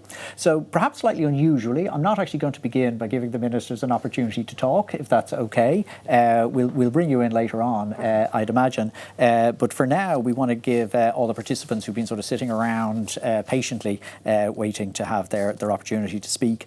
So I'm going to call out the names. We're going to begin with Alistair. And can I ask, Alistair, you to begin, just maybe to say your full name and who you represent, and then if I can ask you to be really disciplined in your contribution, maybe keep it to about 2 minutes so that we can make sure we get through as many people as possible. But you're very welcome, and it's good to see you. Yep, thank you very much indeed. Alistair Blair, I'm representing President of IBEC and Country Managing Director of Accenture. So thank you very much indeed. And first of all, can I just say, from IBEC's point of view, we're delighted to engage in the dialogue. It is a very, very important element in trying to evolve the social dialogue process, and obviously that's essential to developing a clearer shared understanding of the solutions to the challenges we're facing, both as an economy but also actually as a society.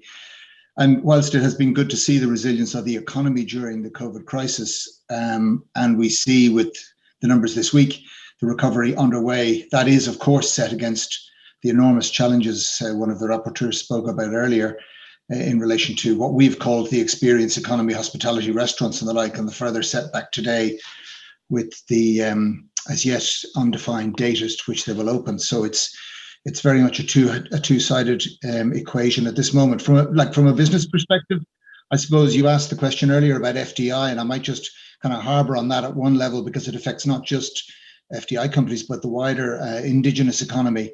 But we would see a number of indicators within IBEC and trends that suggest that the competitiveness pressures we're facing into now are probably greater than, and the numbers will play out, but the early indicators would be that those indicators are higher or greater level than in the past 15 years. And those costs, as they go up rapidly, they are on top of a range of disruptive factors. We spoke earlier about Brexit, but there's also reform of the global tax, obviously, and also our response as a nation to the climate challenges that we need to address. So together, it's probably some of the most complex factors that business face and that we as a country and as a society face. And I think with those challenges, we feel very strongly those challenges will be in the spotlight, because we have to ensure there's solid management of the public finances, so we can also prioritise the ambitious investments that have been laid out in the coming 5, 10 and beyond years to physical infrastructure, housing, innovation, skills and talent. And that has to be done at speed. And perhaps one thing we've learned from the pandemic is that we can move at speed. As a nation, I think sometimes we move extraordinarily quickly and can do so, particularly when our feet are perhaps in the fire or very close to it. So I think those investments lay the track for the future of our economy, and they will be what will underpin us being successful in a post-pandemic, increasingly competitive world. So if we are in a position, notwithstanding all the challenges we face even today, to successfully deliver on those, the more productive elements of our economy with that urgency and effectiveness, we think that'll underpin competitiveness, whether you're FDI or indigenous or together. And that perhaps will ensure a more equal response, a more equal recovery, and allow us to simultaneously address also the social and quality of life issues we face as a country. So those are just some perspectives from the IBEC point of view. Thank you. Thank you so much, and thanks for the brevity, but also the importance of the points. Next name on my list is Tom Parlin, old friend from the National Economic Dialogue. So Tom, are you there? And you might want to do the intro, even though you're a household name. Thank you very much, Chair. And good afternoon, ministers and ladies and gentlemen. And I certainly missed the networking opportunity that normally represents itself when we used to be in the castle. And even I would be looking forward to a pint in Brogan's afterwards. That's hardly going to happen this evening either, I'm afraid. I think there's no doubt from listening to all the contributions that all sectors of the economy face huge challenges as we reopen and move towards economic recovery. I think the economic rationale for investment is well established across the globe, and in Ireland, the political imperative for housing is equally acute. The figures are there. For every billion invested in infrastructure, generates 1.8 billion throughout the economy. It also improves competitiveness of the overall economy. It generates 1,200 jobs, and certainly that can make a huge dent in our post-pandemic unemployment rate of 16%. Just to say very strongly that our own Indigenous companies can deliver all the essential housing, infrastructure and climate change related activity. the economy and society, and that the environment require. However, we do need fundamentally streamline our processes, our bureaucracies, and the systems that are embedded in the Irish system to remove the incremental inertia in the system that delays delivery and add costs to the exchequer. We need the same alignment, I think, and the dynamism and the commitment that we've seen on all sides related to COVID. We need that to deliver construction activity now. Construction, like the rest of the economy, will respond to certainty and ambition from the government. I know that one is easier than the other. I acknowledge that. I commend the government on the commitment to recalibrating the National Development Programme. It's a hugely ambitious programme that will underpin competitiveness of the Irish economy in the future. It will shape the strong, resilient and climate positive communities, and it will solve lots of the issues that we've heard about today and yesterday.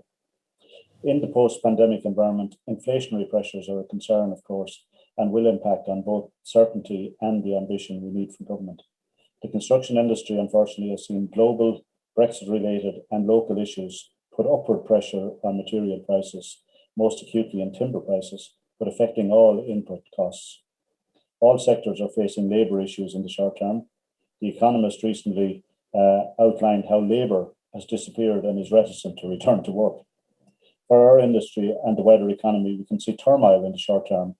The government has the antidote, and that's by giving as much certainty to the infrastructure pipeline as it can. A strong pipeline within the National Development Programme provides the industry with the certainty it needs to invest in its own capacity, be it in road building, in the National Retrofit Scheme, in water infrastructure, or in all important housing. So it's not just a game between the public sector infrastructure and private sector infrastructure. Our companies certainly will invest in people, in processes and technology, if that pipeline is there. On a very positive note, the industry and the government are working hard to improve the overall efficiency of the state's ability to deliver infrastructure. We're adopting technology to ensure that we can do more with less, more efficiently and cost effectively. And equally, the government is addressing its own efficiency issues in procurement processes. And that must happen in the coming months to ensure that the state can deliver. Final point, Chairman, is that this work on procurement and support for SMEs in the construction sector, unless that happens, the industry will struggle to recalibrate our business and to retain our staff to deliver the variety of construction that we require. In relation to climate change and the related innovation programs, it takes significant efforts to refocus the SME specialised contractor on digitalisation and upskilling. But rather than limit contractors to choosing between housing, infrastructure or retrofit, let's grow the capacity of the industry together so we can deliver on all the activity everyone around the table here requires. Thank you very much. Thank you very much, Tom. Want to move again very, very quickly to our next contributor. So Elaine, Elaine, do you want to introduce yourself and tell us who you're with? Yes, I'm Elaine McGough. I'm representing An Taisce and then the environmental pillar. So just bear with me for 1 second. There's been a good discussion on resilience and well-being in this NED, and this is very welcome. The government should implement the call from the Programme for Government to adopt new metrics to reflect well-being. We saw during COVID how much communities and families depended on and flocked to nature as an outlet. We are an outward-facing economy, but one now based on unsustainable growth. And we need a new framework which addresses the climate and biodiversity emergency as a fundamental part of budgeting and planning for a sustainable future. We trade on our green reputation, yet all of our environmental indicators show a marked and continued decline. The EPA have sounded the alarm on this, but it has to be recognised that this is a significant financial risk for Ireland. What should be front and centre in everyone's mind is the cost of inaction on climate and biodiversity, both in terms of more EU fines and disruption to life. We've all seen over the past year and a bit what serious disruption looks like, and that's just a taster of what's to come with ecological breakdown. The cost of inaction will undoubtedly be more than the cost of taking effective action now. And the recommendations that come out of the review of the National Parks and Wildlife Service must be implemented so we can restore nature. We should see effective environmental action as an opportunity for new jobs and industries. To underpin this, we need to carry out a skills audit to support a green recovery, so we know what jobs we need to fill, what skills exist, and what training and expertise is needed. And we should aim to diversify our agricultural sector and to integrate it with indigenous forestry to support local jobs, industry, and communities. And through all of this, we need proper accountability, transparency, and open processes to be copper fastened with regard to planning. History has shown us the real costs to bad planning in social, economic, and environmental terms. We very much welcome the opportunity to engage in this social dialogue through NED, and we would ask for more frequent dialogue sessions so we can delve more deeply into the issues that have been raised today. And we also welcome the specific inclusion of climate change as a serious issue, which needs a society-wide response and discussion and dialogue at all levels. Thank you very much. Thanks so much, Elaine. Given that you brought up the climate issue, and if I could turn to the ministers, I was sort of trying to prompt a number of questions, and one of the questions I prompted was concerns around the cost of the 51% target for 2030. So either of you can take this, or both of you. Are you confident that we fully appreciate and understand the costs of getting to that, and that the resources, be it public or private, are going to be available? And again, I'm not questioning for a moment. I think we all agree that climate change is absolutely important and the target is really, really important. I'm just eager to sort of hear you talk about the associated costs. Well, I might kick off. I know Minister McGrath will have his views on it too. I think there is an understanding of what the costs are going to be, but I think three things have not yet happened with regard to that. The first one is we don't have the level of understanding that we need to have regarding what is the composition between those costs for the public sector and for the private sector. Because in the various figures that we have discussed, it is assumed that they are figures that the public sector will be shouldering in entirety, whereas of course it will be spread across our entire economy, albeit any cost always have the ability to come back to the individual taxpayer and citizen at the end, number one. Number two, even though there is an appreciation as to the scale of the figures involved, I don't think we've yet embedded that in to a level of full social acceptance and consensus regarding the need then to make changes year by year to fulfil the obligations we have either under the legislation or the commitments that we have to each other as citizens and the generations that are to come. And then, which I then think leads on to the final point that was just touched on there by the last contributor. As great, however, as those costs could be, firstly, there are opportunities within those costs. I still believe we have understated the ability to deliver green jobs, the ability to turn that cost into really positive change within our society. And also, the cost of inaction is greater, both in monetary terms and in many, many other even more important terms as well. So I would see the discussion that we are now having regarding the costs of dealing with this intergenerational challenge and crisis has been in many ways equivalent to the debate that we have about the sustainability in our national finances. A lower level of understanding, yes. The trade-offs are going to become apparent over time, and we need to look at how we build up public and social consensus for it. Yeah, I think the scale of change that we're demanding here is transformative, and all policy levers that are open to government are going to have to be deployed and all pointing in the same direction. It doesn't just fall to the Department of Climate Action to deliver on our targets in the Climate Action Plan and in the carbon budgets. Every single sector and every department is going to have to play its part, or else the whole thing simply won't work because of the quantum and scale of the demand that is there to meet the 51% reduction by 2030 and then carbon neutrality by 2050. So that's why the National Development Plan is going to be built around sustainability. And that's why the timing of the review of that plan is so important, that we recalibrate our investment decisions to prioritise balanced regional development, public transport initiatives, investment in renewable energy sources.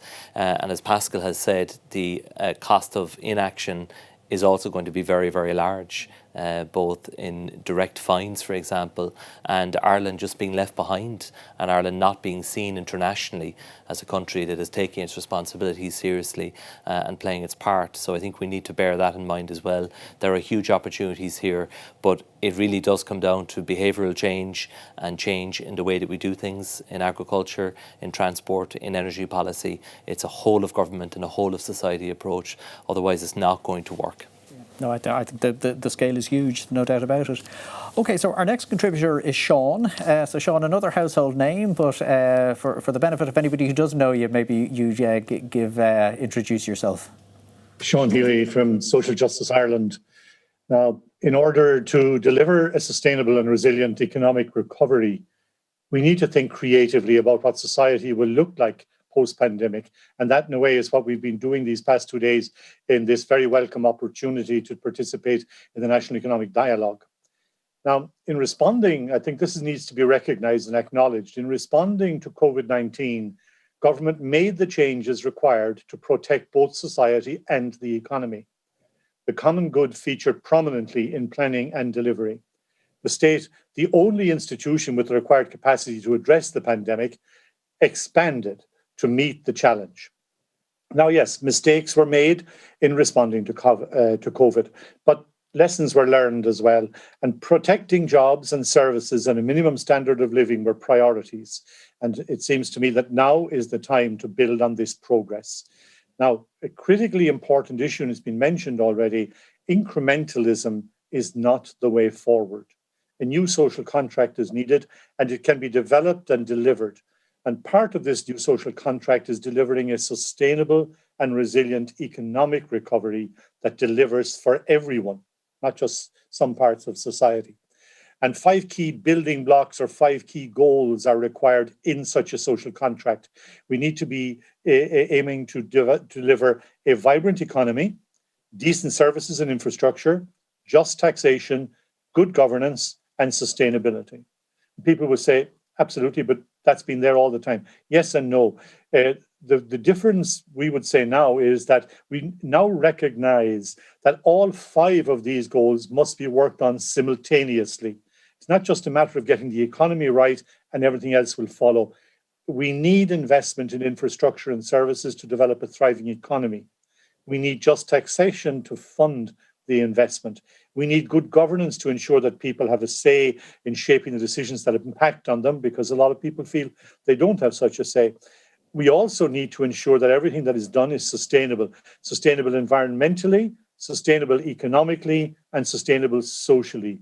And these all need to be developed, focusing on how to improve the well-being of every person in Ireland, and possibly using the United Nations Sustainable Development Goals to ensure nobody is left behind. I want to draw attention to a comment made by Minister Donoghue yesterday that I really welcome. He said that choices, particularly choices in how to proceed now, and choices in the forthcoming budget as well, should be aimed at building a society that was prosperous, sustainable, and fair. And I would say very strongly to that. Social Justice Ireland will publish its annual budget choices briefing next week, and that publication will set out details of what we believe should be done in Budget 22 and how it can be financed, both what to do and how it can be financed. And it basically addresses the issues I've just been commenting on. And we welcome any responses from any participants in the National Economic Dialogue to the proposals that we make. And we look forward to hearing from you. Thank you for that. Thanks very much, Sean. Next contribution then from Patricia. Thank you very much, Alan, and good afternoon, ministers. So from our perspective, the pandemic has really, exacted a heavy toll on our population, and with some tragic losses and consequences as well. So from our point of view, we see this as an opportunity to say to ourselves, we need a new social contract. And in that social contract, we need to develop policies that really maintain our valuable public services, because this pandemic showed the necessity to have those valuable public services. And I'll give you one or two examples of that. I mean, we should have a universal public health system free at point of entry. We should never again find ourselves in a position where we're pumping hundreds of millions. Oh, is Patricia frozen on us?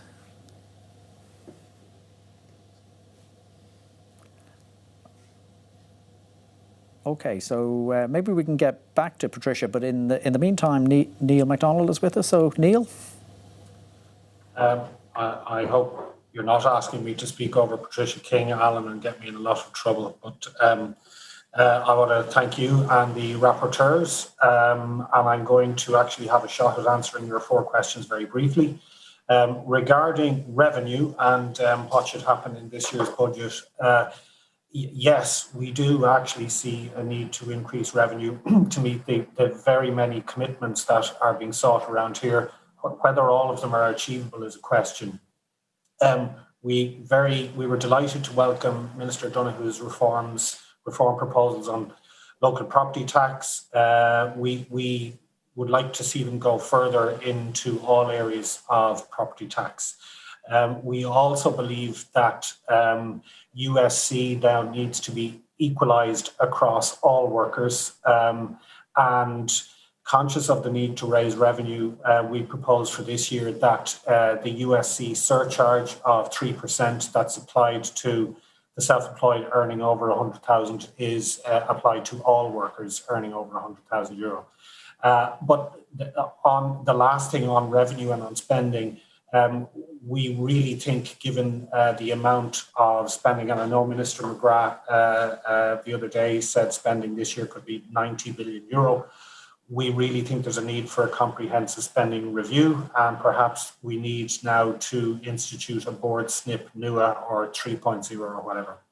On climate, we don't think we're going to hit our targets as we currently are. We need to seriously invest in floating offshore and hydrogen recovery.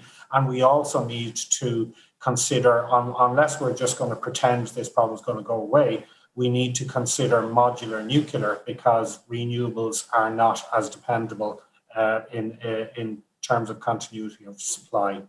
In terms of your FDI question, Alan, we think that there is a difficulty in attracting FDI in the future on a steady state basis, and we would point to the OECD economic survey last year, 2020, as identifying significant areas of underperformance in the public and the private sector. And from the private sector's point of view, we have put our hands up with the Department of Enterprise and said our sector, especially the small business sector, needs to upskill, and we have proposed the Blue Cert, which the ministers know, as our chosen vehicle to address that. And finally, on your question on contingent working, our view is this has been overblown, and your own figures, Alan, in Esri, now, albeit they are pre-pandemic, but I think we need to recognise that the pandemic has changed a lot.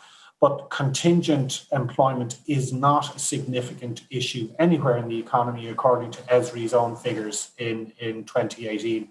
I think we need to be honest, practical, and grown up about this. It is not the problem that some people are representing it to be, but we have identified particular issues with lower paid workers in the 18,000 to 30,000 euro income bracket, and we think that the social protection system needs to do more heavy lifting there.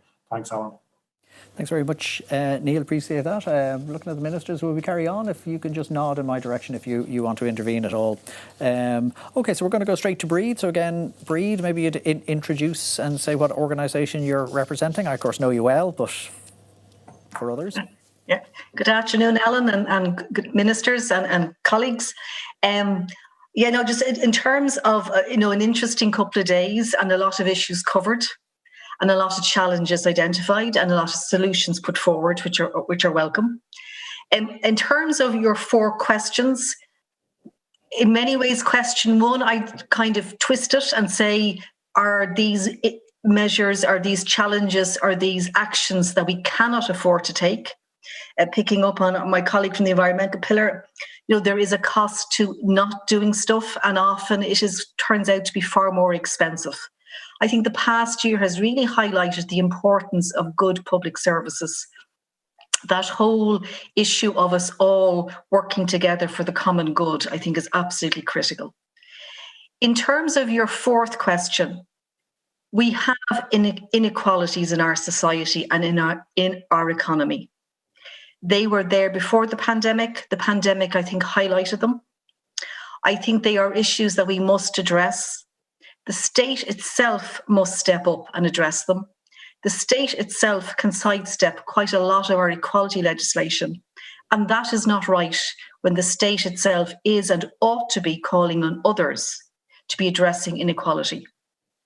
I think over the past year, the issues around socioeconomic status become very clear. It is a ground missing out of our equality legislation, and that must be addressed. It is a serious flaw and a serious gap in our equality legislation and infrastructure. Employment, precariousness is an issue for a significant number of workers. And in a state that relies a lot on the overwhelming majority of people being able to provide for themselves, be it their healthcare, their housing, their education for themselves and their families, for an increasing number of people, and in particular young people, but not just young people. Noted Nat has in the chat issues that he's raised around older people who are not homeowners. The costs then of trying to meet those costs, if you do not have a good and steady income, is very considerable. And there are an awful lot of people for whom that is a challenge. Families can manage if it is the third or fourth income into a household, even if it's the second. But if it's the primary income into a household, or it is a household where there is only a single adult, be they with or without children, then that can be a huge issue. And we can see there are issues of poverty, both for people on welfare, but also for people in work. So these are challenges that have been with us for a long time, and we must address them, and we cannot lose sight of them as we come out of this recovery. Otherwise, we will leave an awful lot of people behind. Thank you. Thanks very much, Breed. So John is next. So again, John, if you want to do the introduction and just say well, we can actually see very clearly behind you the organisation you're with. So that's very, very helpful, John. Backwards. Anyway, listen, thanks to everybody and great to be here. Government made a commitment to implement broad, ambitious improvements for people with disabilities. I'm talking about the UN Convention being ratified. So they have the work done behind that in terms of cost benefit. The other point I'd make is we literally cannot afford not to provide this, what I describe as a social infrastructure. Because disability isn't just, it's going to affect everybody. So it's a social infrastructure, a platform that's needed, and every family will need it someday. The programme for government, which made strong and ambitious commitments to people with disabilities, was made 3 months after COVID struck, and it was made 6 months before there were any vaccines. It is ambitious, but it was made not pre-COVID. It was made during the height of COVID. There's two issues for, generally speaking, for people with disabilities and their families. One is the poverty issue. Lots of issues, subsets around that, but people with disabilities and their families are poor, full stop. The other one is people being excluded. Access to health, social care, employment, housing, transport, etc., and snags the whole way along in trying to get access to these things. So there needs to be a step change in terms of they moving on these. Budget 2022 in less than 4 months' time will tell a tale, whether we're getting some more pre-COVID incremental pieces added on, or whether we're actually going down that road, and where there's across government improvements, not just in one or two departments, but maybe strongly in a couple of areas that are needed, but all areas of public administration moving in some way or other. that's the ambition that's needed, and I would welcome that. And let me just say at the end, I'm the Chief Executive of the Disability Federation of Ireland.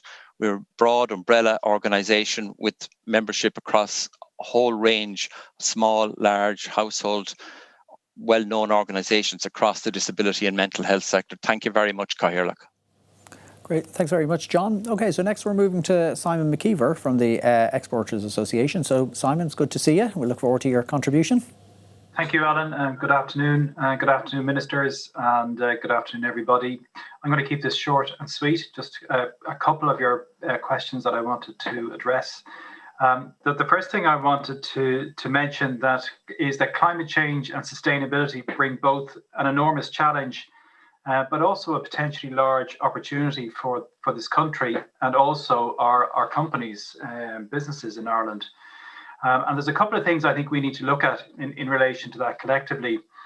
We've been dealing with two very large challenges over the last number of years, one of which being Brexit, going back 6 years at this stage, this country started preparing for that. And then most recently COVID, and we're still living through those, one of them, COVID being acute.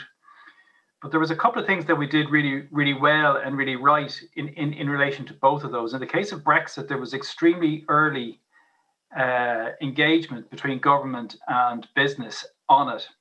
So we started talking to each other, and let's face it, it was led by government through the various government departments coming together with those of us who have a particular interest in this. And so we came together, and we've been working together on Brexit for the last 6 years to help our businesses to get ready for it and to help the public to get ready for it. And I think we've done an incredible job together on it. In the case of COVID that came upon us, but also we have had a number of stakeholder groups pulled together on that, again led by government, which has helped us all to get through this and where we've all come together working on this. I think we need to start doing this now in relation to climate change and sustainability. I think we're leaving this far too late. We need to come together now, government and business and other stakeholder groups, to start talking to each other about this now. I can't believe we're not doing this already, because the scale of this and the scale of the challenge is just enormous. I know, talking to our member companies, that they're in no way ready for the challenges that they will need to take on board to meet this coming on. They just don't know what they have to do. They don't know where to start.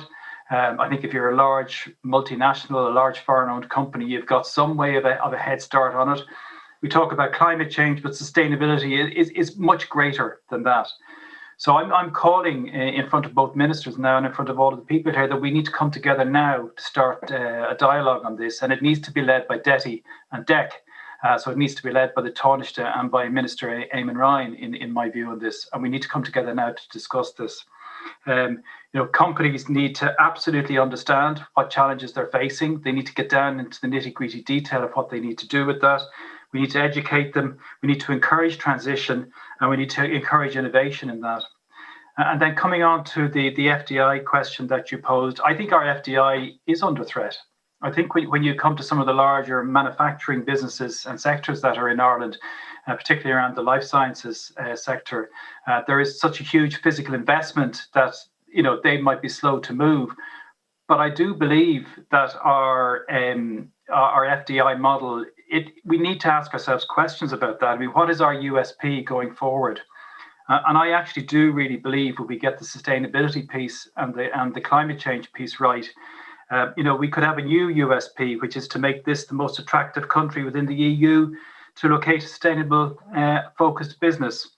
And I think we need to do that now. I mean, we're really good at portraying the country as a green country in our tourism market, but we really need to focus on this now. So I really am calling on government and ourselves in the business sectors and society to come together and start talking about this. And we need to do it now. Thank you, Alan. Thanks very much, Simon. Actually, you prompted a couple of questions there, and again, if I could turn to the ministers, if that's okay. But one of the questions that I did sort of try and get people to think about, and it's in the context of the changes in the international tax rules that we're all very familiar with. But let's sort of take a sort of a cautious approach and just say that maybe FDI will be under pressure if we lose this. And so the question was, is there enough in our other dimensions of our offering that will continue to attract FDI? And again, I wouldn't be so worried. I mean, I think we all kind of accept that a lot of the companies, maybe it's complacency, a lot of the companies are here that may well be here. So this is more a question about, what will continue flowing in.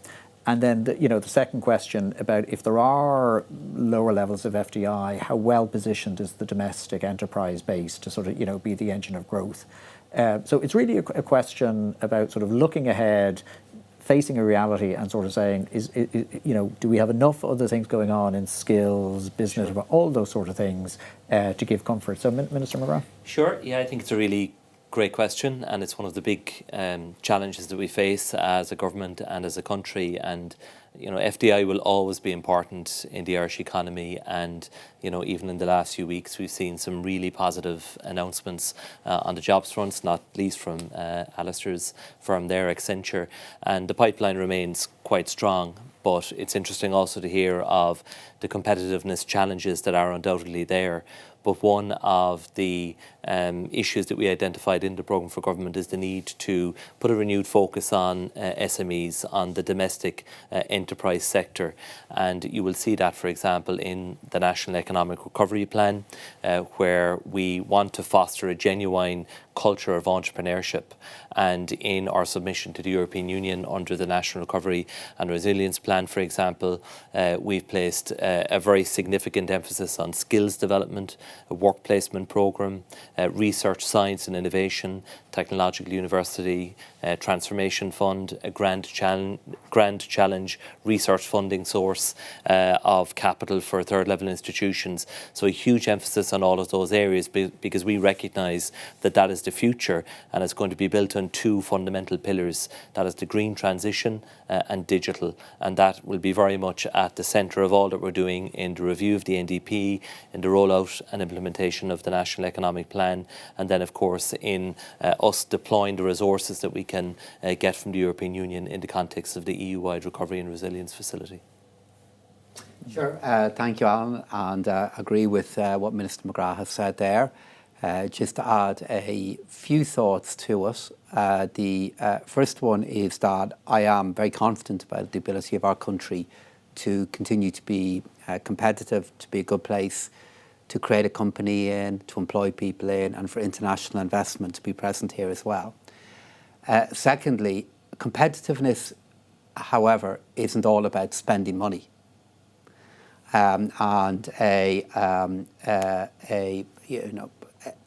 We need to be very, very careful that there is a cost of doing business that really matters to our Indigenous enterprise and large companies. And in Stephen's presentation earlier on, maybe Stephen might come in back in this if this format allows it, he said there was no calls for tax reductions in our sessions. I mean, that's not what I heard. In the session yesterday, I heard many people make the case for more taxation incentives, for research and development, for agriculture, for how we can support our Indigenous sector. They are, technically, they are tax reductions. I heard many representatives of small business talk about the need for them to be competitive and for the costs that their staff are facing not to go up.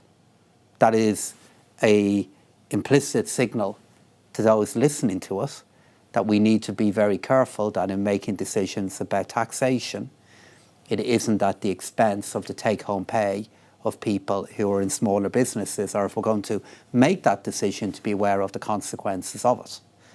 So the challenges that we face are real, but not all of the challenges are addressed by spending more money. It is about decisions that we make about other things within our economy that we need to bring more stability and competitiveness to. But it is also being aware that for many, many businesses, there is genuinely a cost of doing business that matters to them. And if Ireland is not in the right place with regard to that, it affects the income and the jobs that we have in our country. And to pretend otherwise is at odds with the reality of a very dynamic and intensely competitive global economy at the moment. No, an interesting point. We might come back to it if at all possible. But I'm conscious our next contributor is Sive. So again, Sive, if you want to do a proper intro, it's good to see you. Thank you very much, ministers and Alan, for a very interesting couple of days discussion. This is the first time that my coalition, Stop Climate Chaos Coalition, which is a broad network of civil society organisations in support of faster and fairer climate action, has been able to participate in the National Economic Dialogue. And it's been a very interesting discussion for us to be involved in, because obviously we want to ensure that the climate and biodiversity emergency underpins all and any economic and business models going into the future. We've discussed in our breakout session the challenge of achieving targets, and you raised that as well, Alan, in your question to us. But I think we have to look beyond the question of feasibility and consider what's actually necessary.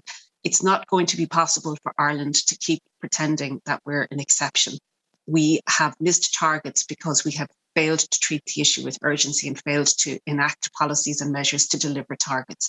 And if we fail in the future, I think that would be an unforgivable legacy to leave to future generations, not just in terms of costs, but the increased environmental impacts and risks that will come from inaction.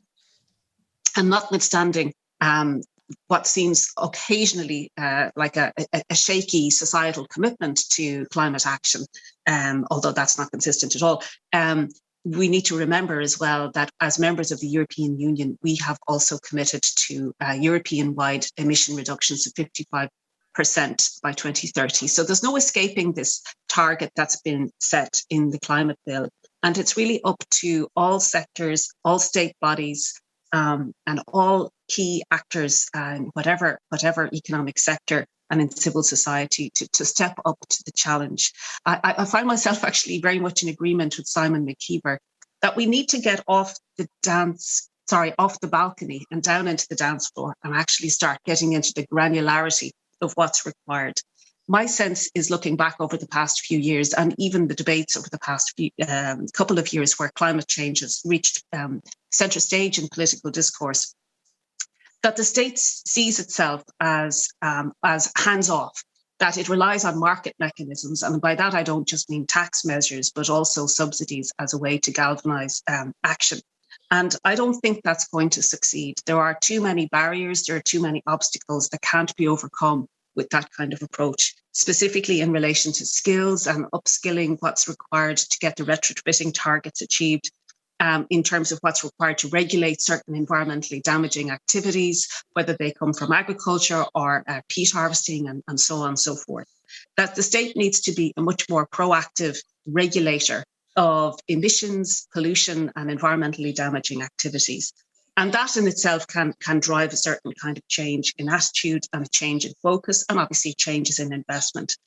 So I would encourage the Minister to think beyond just the question of taxes and subsidies when it comes to considering Budget 2022.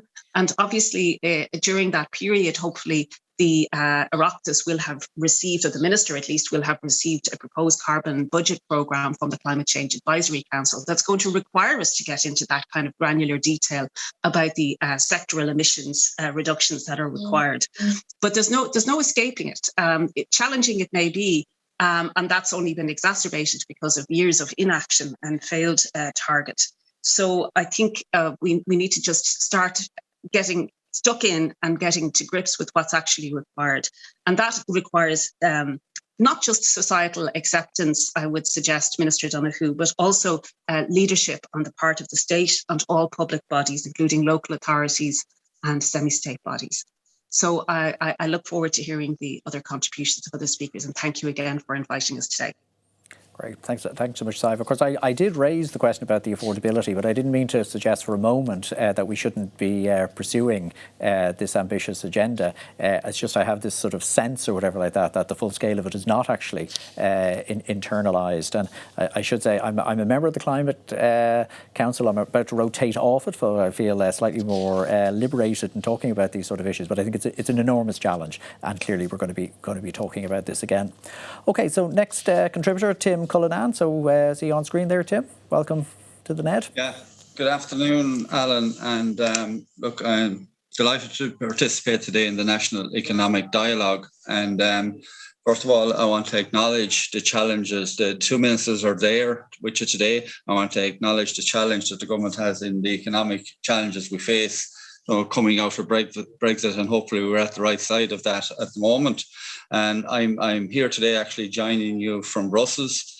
And I'm just arrived back from Luxembourg, where our Minister for Agriculture, Charlie McConalogue, was part of the team. The 27 member states that finally signed up to a CAP reform deal after 3 years negotiations yesterday. And look, I want to be very clear on this. This is a very difficult deal. It's not a good deal for Irish farmers. And I suppose it moves back home now. I know and our minister has secured a lot of flexibilities, but within those flexibilities, what's very, very important for us is the national co-financing, and we get the maximum amount there to sustain our sector going forward. And we need an acknowledgement in the programme for government of the 1.5 billion carbon tax that has been ring-fenced for a proper environmental scheme for our members going into the future. I just want to mention Brexit as well, and obviously this is a huge concern for us. We see now, after the trade deal was agreed last December with the UK, and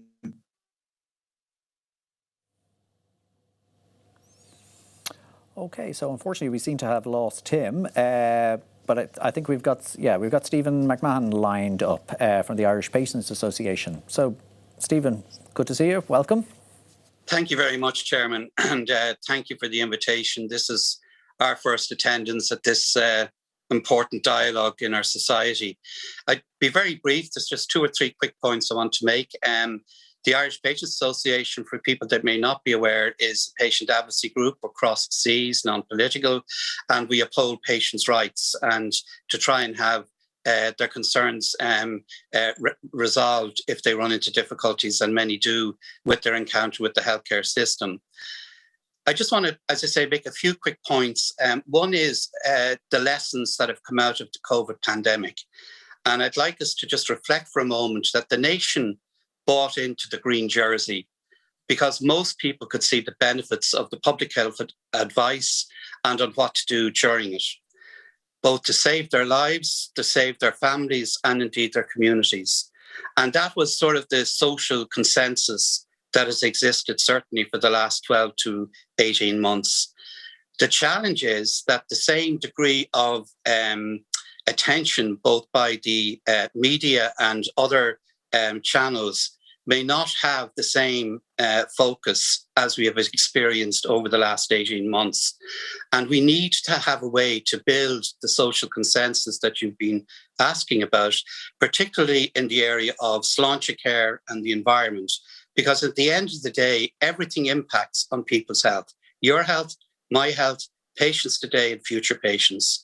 And, we have 800,000 patients who are on some waiting list or other. They're public patients.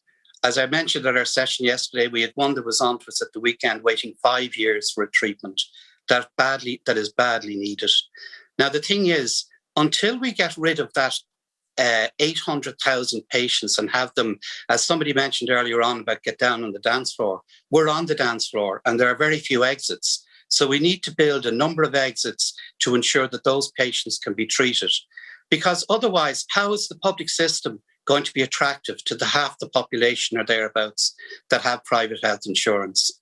We also need to invest in preparedness across the economy to manage areas such as procurement and better manage our organisations, to be prepared for the likelihood of a COVID or another variant of it. And indeed, just the example with the computer viruses. So again, something was touched on earlier on, but again, I'd just like to put this point in context. When we talk about we need to have value for money in every area of expenditure in our public service. And why is this? Because wasted money, whether it's in building a hospital or whatever else, if it's overruns or whatever, deprives other people in our society. And you have many partners here today that could easily use those resources very effectively for their constituents. And also the area of looking at the job content. Over the last 18 months, people, the way that they've been working has changed. It's changed in simple ways, but it's made it more efficient. So that we can't be looking on the system as it was 18 months ago or 2 years ago. It has changed. Patients are using video conferencing. Again, you know, the importance of being able to open up access to professionals outside of the state if we can get the regulatory process set up. So again, finally, I'd just like to make a point too, that about Budget 2022, it should really itself be part of having emerged out of the last 18 months in building on that social consensus, that green jersey that was there, that everybody was happy to put on and is happy to put on, you know, with the challenges we have going into the future. But we do need an ethical framework in setting the social budgets and in the way that the state is resourced through its revenues and so on and so forth. But I, again, just like to thank everybody, and especially the fact that the health system has been put in now as hopefully a future partner going forward in the whole dialogue. Thank you very much. Thanks very much, Stephen. Appreciate your intervention. So next speaker is Paul Lynham from the British Irish Chamber of Commerce. So Paul, welcome to the NED. Thank you, Alan. I know there's a bit of growing momentum here at this dialogue for higher taxes, but I'd just like to make the point to everybody that not all tax increases raise additional revenue and not all tax cuts reduce tax revenue. And in fact, there's been a lot of research in this area on tax and economic growth, and it has found that corporate taxes are the most harmful for economic growth, and Ireland's a good example of that working. But in second place, capital gains taxes are harmful for economic growth, and Ireland actually has the third highest capital gains tax rate in the OECD. In third place is personal income taxes. And with the exception of flat tax countries, we have the lowest marginal entry point at the highest rate in the OECD. Fourth place is consumption taxes, and Ireland has the 8th highest standard VAT rate in the world. And when you go through that list and you go to the very bottom, you find that actually recurrent taxes on property has the least negative impact on the economy. So while people may favour increases in taxation, it's important that it doesn't curtail economic growth. And maybe some of the more unpopular taxes might be the best ones to implement. It was found in the late 1980s that our high rates of taxation and our narrow tax base actually led to the highest rate of deadweight loss in the OECD and actually a loss of revenue for the Exchequer. My final point is, I think there's been a lot of talk about increases of expenditure across various government departments. I think it's important that we base it on more than just expenditure increases, but targets and results as a metric for further expenditure. I think if you look at actually value for money, you'll find that our higher education system and innovation system is the best value for money in the OECD, and yet over the last number of years it saw its value deteriorate significantly. So I think we need to look at value for money and impact, and every department should be assessed on a regular basis on whether it's achieving that. Thank you. Okay, thanks so much, Minister. As Minister for Finance, I don't know if you want to pick up at some of the points on taxation. Just to share a 15-second story. I remember I worked in the Department of Finance for 2 years, and I remember an official saying that if they had a euro or a pound for every time, it was explained to them that there was a tax cut that was going to lead to more revenues, or these strange things. I don't mean to sort of characterise what Paul was saying, but very, very often these things are a little bit more complicated. So anyway, well, Karen. I think in fairness to Paul, he was just putting our rates in an international setting. I mean, I don't think he was making the case that we reduce any of them or increase any of them. I think he was just trying to place the debate in a setting of where we stand within the OECD. But I mean, you're absolutely correct. And I actually, I think I must have been quoting the same official myself yesterday in our session. And I think I know who it is as well, Alan, because in the debate that we did have about tax reductions in my session, I made exactly that point. That a tax incentive is a tax reduction, and that rarely pays for itself. It sometimes does, and we do have examples of where it happens, but we've many other examples where they don't. Yeah. Anyway, I think make the point, Alan, just on what Paul said there as well about the need to measure outputs. And I think he's absolutely right. And Pascal, when he managed the department I currently manage, would have done a lot of work in performance budgeting. A lot of information is now published about each department, what are the key outputs and then their performance against outputs. So there's a significant emphasis now on performance budgeting. We have a rolling set of spending review papers and value for money initiatives, because it's important we look back and assess what did we get for that investment decision or that spending decision, and it will enhance the decision-making process into the future. You know, getting better outcomes isn't always about spending more money. Sometimes it's about spending it better. Yeah. No, it's interesting. I had a Pavlovian or whatever reaction to Paul's point that always if you increase tax rates, you don't always bring in more tax. It was just instinctive on my part. So anyway, that's a sign I spent too long. Even 2 years was too long at the Department of Finance. Karen Murphy, apologies now. We'll think twice before we issue you an invitation again, Alan, Dan, but I'm sure you join us. Thank you. It's Karen, so apologies. Looking forward to your contribution. Again, do you just want to let us know the organisation you're with? Thanks very much, Chair. I'm Karen Murphy with the Irish Council for Social Housing, who are the representative federation of approved housing bodies. And I just wanted to make a comment in particular on the commitment that Minister O'Brien made yesterday in the housing session, that the new upcoming Housing for All plan is going to be a long-term plan and a long-term vision for, I suppose, housing in Ireland. And I suppose it was just to particularly welcome that, because we have been calling for that for many, many years. And I think it behoves us as different sectors within society and as social partners to do our best. Each of the sectors, and I know approved housing bodies will work to the best of our ability to sort of make that plan a reality. We talked at length yesterday about some of the obstacles that need to be dealt with through the new framework, and we're looking forward to seeing how that's going to be laid out. We would particularly like to see, I suppose, an increase in long-term social housing and cost rental housing over time, so that we can move away from over-reliance on short-term measures, on HAP, and really rebalance, I suppose, our housing system. And in particular, we would like to see, housing is a key social infrastructure and helps meet other goals in society, such as combating homelessness, supporting people with disabilities to live independently in the community, and I suppose providing greater choice and options for older people as they age and reach different milestones and decisions in life at a later stage. So I suppose these are some of the things we would like to see in the new housing plan, but overall, what we welcome is that it's long-term, multi-annual, and hopefully something that will be transformative, and that all sectors can, I suppose, do their best to support. Thank you. Great, thanks so much for that. So next contribution is from Pat McCormack from the ICMSA. So Pat, good to see you. Thanks, Chairman. Representing the Irish Creaming Milk Suppliers Association.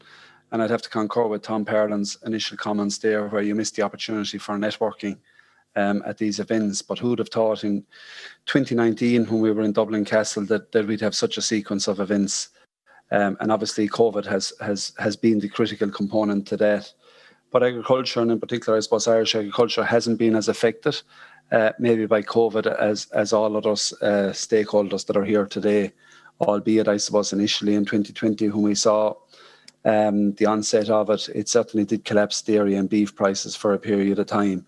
But thankfully, the one thing I suppose that has come through in COVID from an agricultural perspective is the importance of food security and the provision of safe and quality food. And, you know, Ireland is seen as an island that delivers that in a sustainable way, and we need to protect that reputation as we move forward. Brexit, I suppose, has been the challenge that has put a lot of fear into Irish agriculture. And, you know, it's fair to say that we won't know the full impact of it.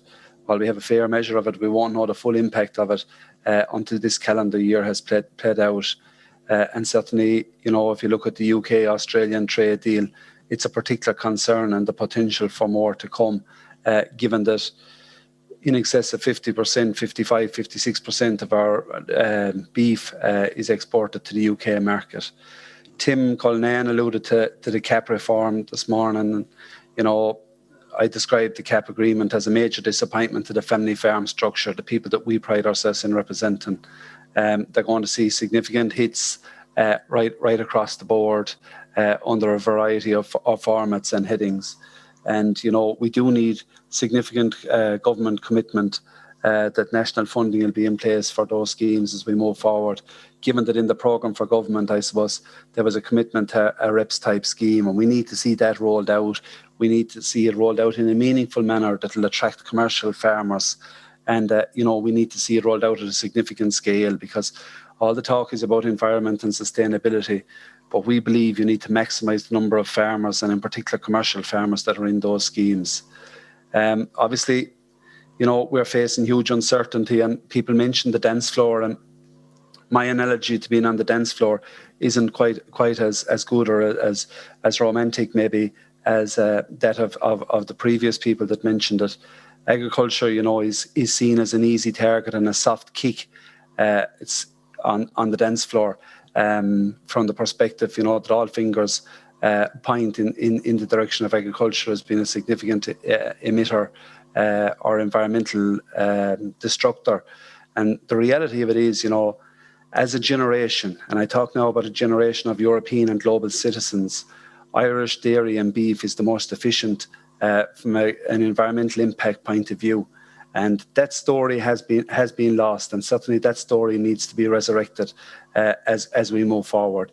If we as a generation of people right across the nations are to minimise the effect on the environment from global food production in the years ahead, and given that there's a significant demand out there with an increasing population, Ireland is a place that can deliver at its most efficient from a global food production point of view. I suppose to the two ministers, I say farmers aren't afraid to put their shoulder to the wheel from an environmental point of view going forward. But, up to now, consumers have demanded and farmers have tried to deliver. But, we need to see, come budget day, meaningful schemes put on the table in the form of micro renewable energies at farm level, to deliver an increased sustainability and to enhance our image. Equally, we need to see a well-funded TAMS scheme that will continue the flow of low-emission slurry spreading and energy-efficient milk cooling and harvesting systems as we move forward. Would certainly thank you for the opportunity to put across those points, and as a farm leader, to say that agriculture is willing to play its part, but it does need help, and it needs help from our government, and it needs help on budget day. Thank you. Thanks very much, Pat. So next we're going to go to Tricia Keelty from the VDP. So you there? Hi, Tricia.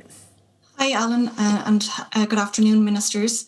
Rather than repeating the well-known points by Breed and Sean, I'd just like to focus specifically on child poverty and the impact the pandemic has had on children.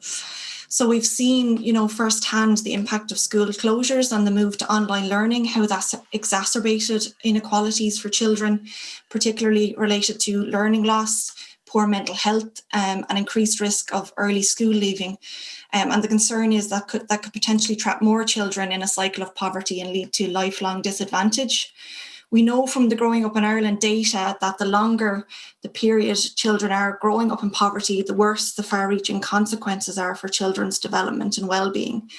We know that prior to the pandemic, the rate of consistent poverty among children stood at 8.1%, which equates to about 97,000 children.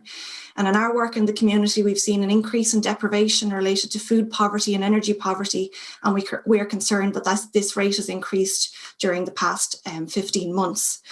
We know that the rate is particularly high for children living in one-parent families and those who have a disability or are living in a household with a person who has a disability. So if we are to be successful in tackling poverty, we must better support lone parents and people with disabilities.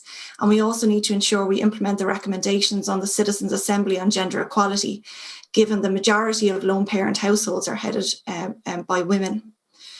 Related to the cost of inaction point raised by Elaine in regard to climate inaction, similar arguments are made in relation to inaction on poverty reduction. A report published last year estimated that dealing with the consequences of poverty costs the state €4.5 billion every year. That's more than the respective budgets for justice, transport and agriculture. And this is spending that could be avoided if we invest now in measures to address poverty and social exclusion. So I think the pandemic has really brought to the fore the vital role of the state plays in providing services for its citizens and the importance of a strong welfare state for everyone in society. So we need to ensure that our social welfare rates are set at a level that lifts people above the poverty line and provides people with a minimum standard of living. We need to ensure that people have access to decent and sustainable work and that we adopt an education-first approach to those who are most distant from the labour market. We need to invest in quality public services that support the well-being of people, society and the economy. And I think the implementation of the EU Child Guarantee will be an important lever in this regard in terms of children in poverty's access to services.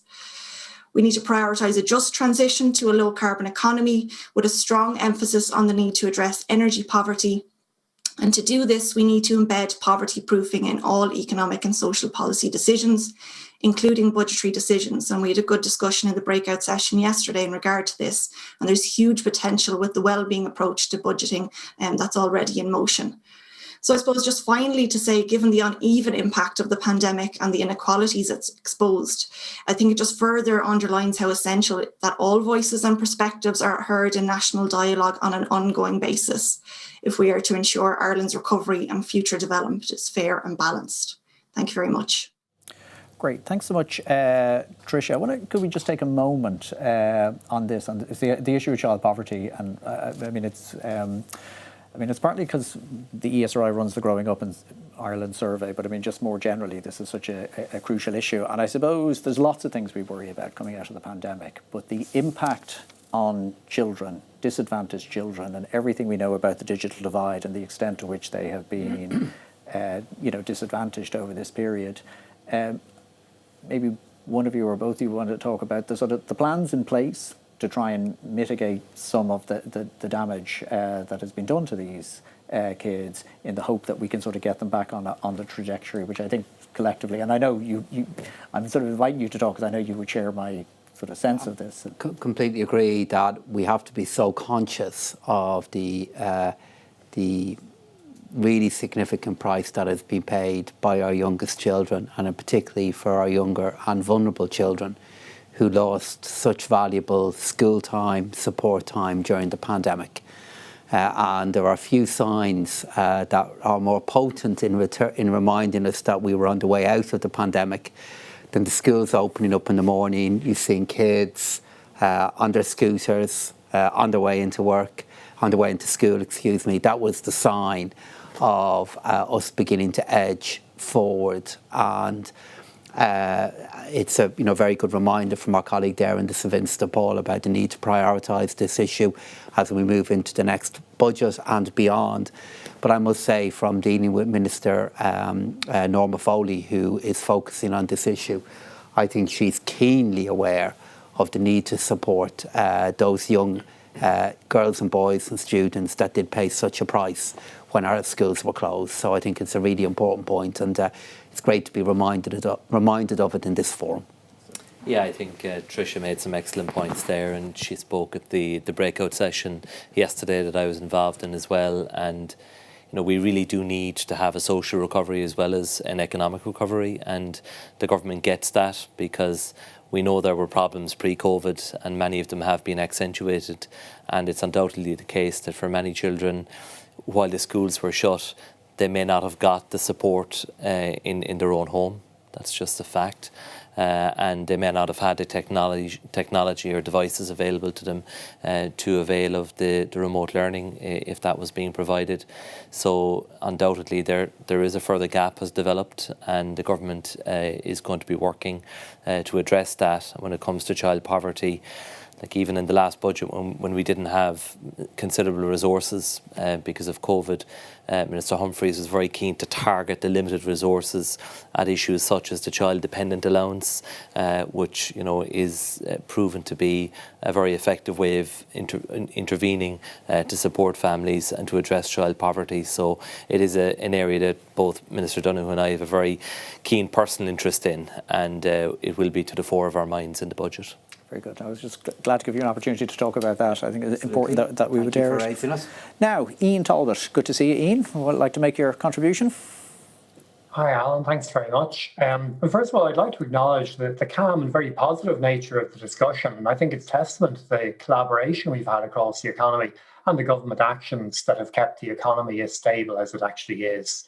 So I think a clap in the back for everybody that's contributed to that. Chambers Ireland represents local chambers of commerce across the country. Those members put place at the heart of how we engage with local economies. And as the ministers are seeking to put some structure on all these pieces of information they're receiving today, we would like to see the budget being place orientated, putting sustainable local economies at the heart of government policy. There are so many issues such as vacancy and dereliction that we need to deal with as a priority and improve both the affordability and livability of our towns and cities. And if we can deal with some of these structural issues, we may well be able to transform our urban centres, create healthy high streets, and improve our attractiveness for domestic, Indigenous and FDI businesses. A long-term strategy for tourism and aviation is also critical to this. But we also need to innovate and lead in the area of climate action.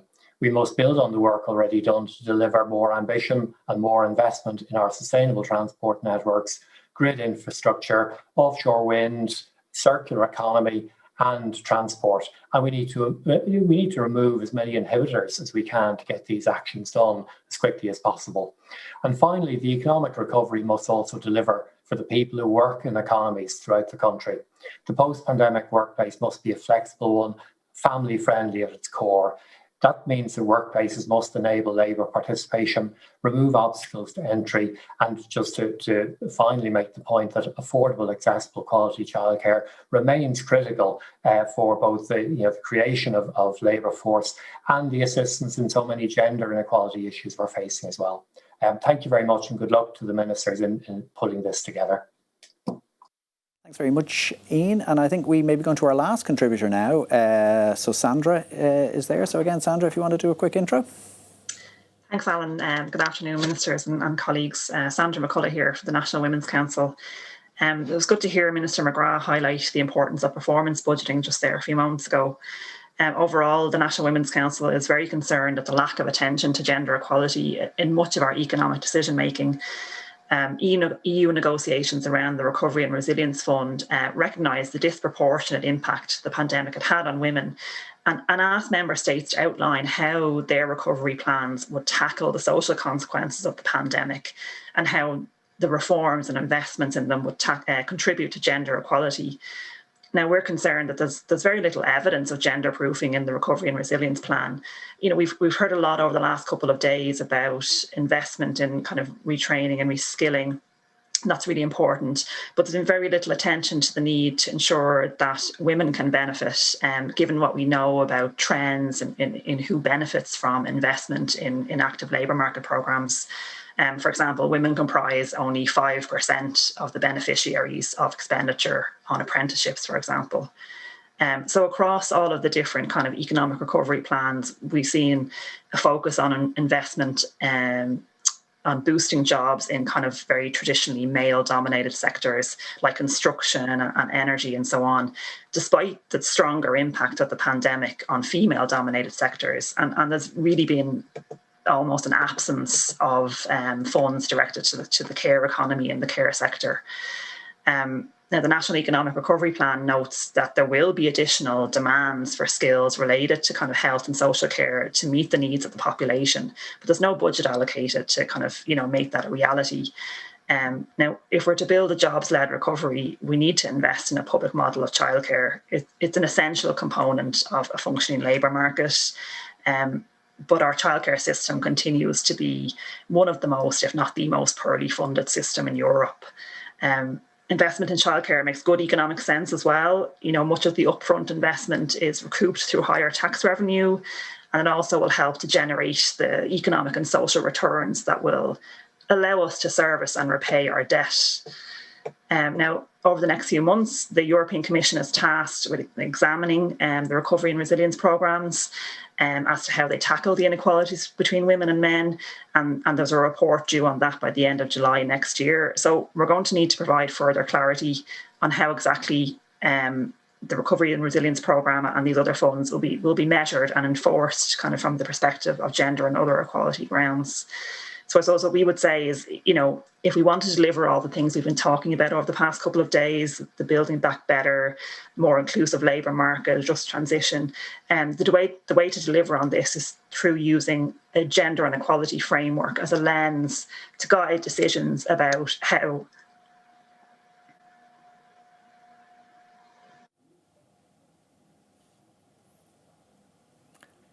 Okay, have we lost?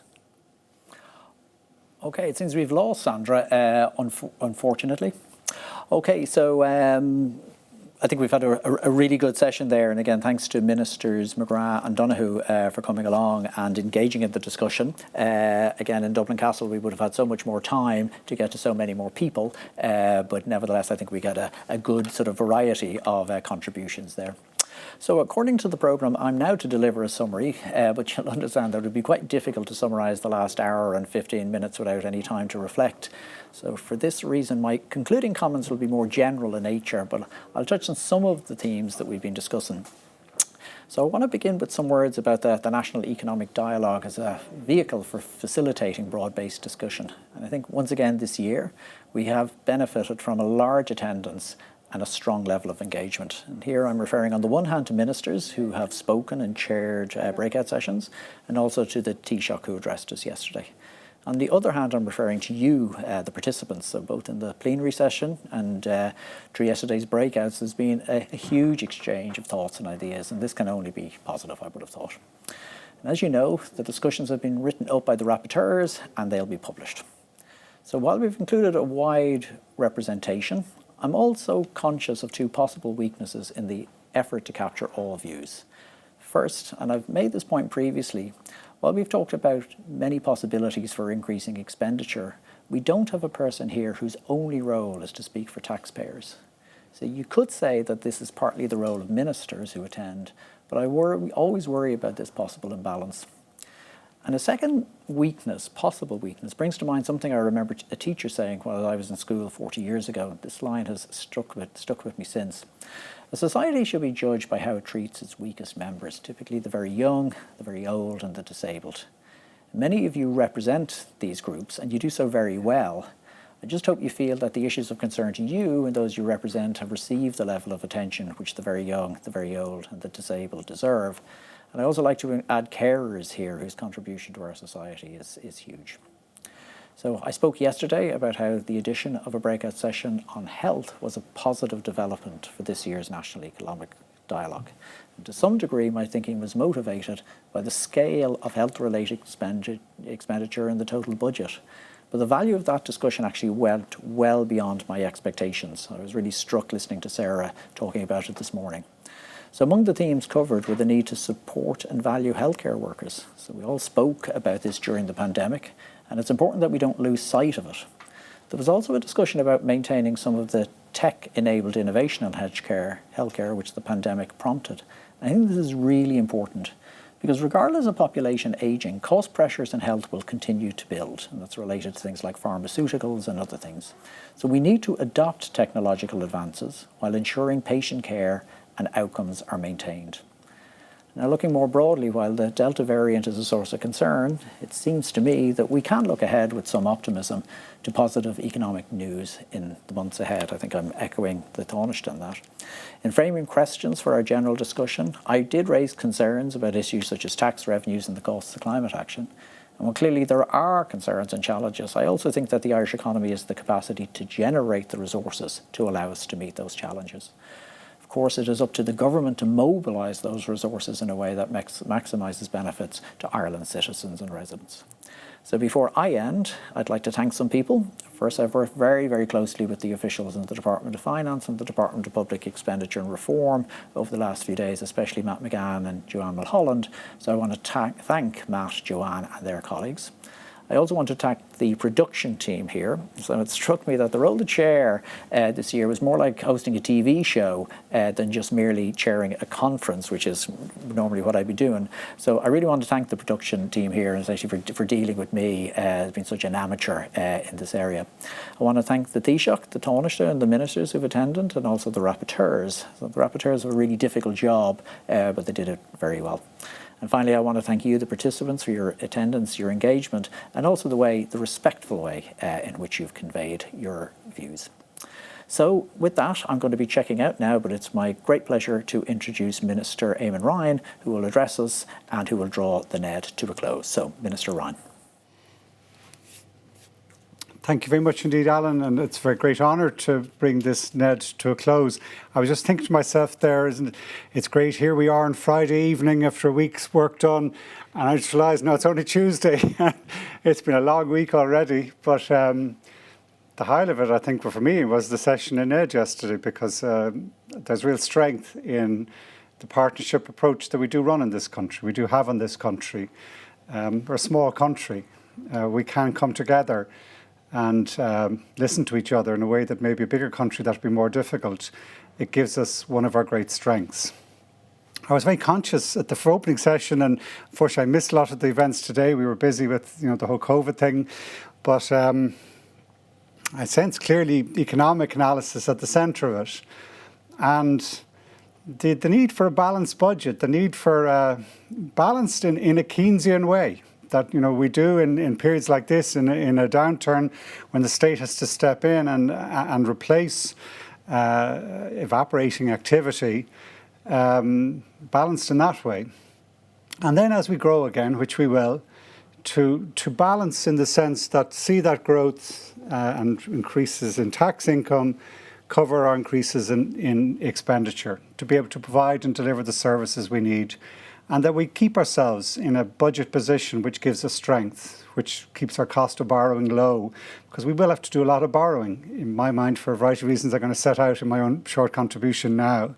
So good economics, good home economics, looking after the home, looking our home country, is part of what we have to do.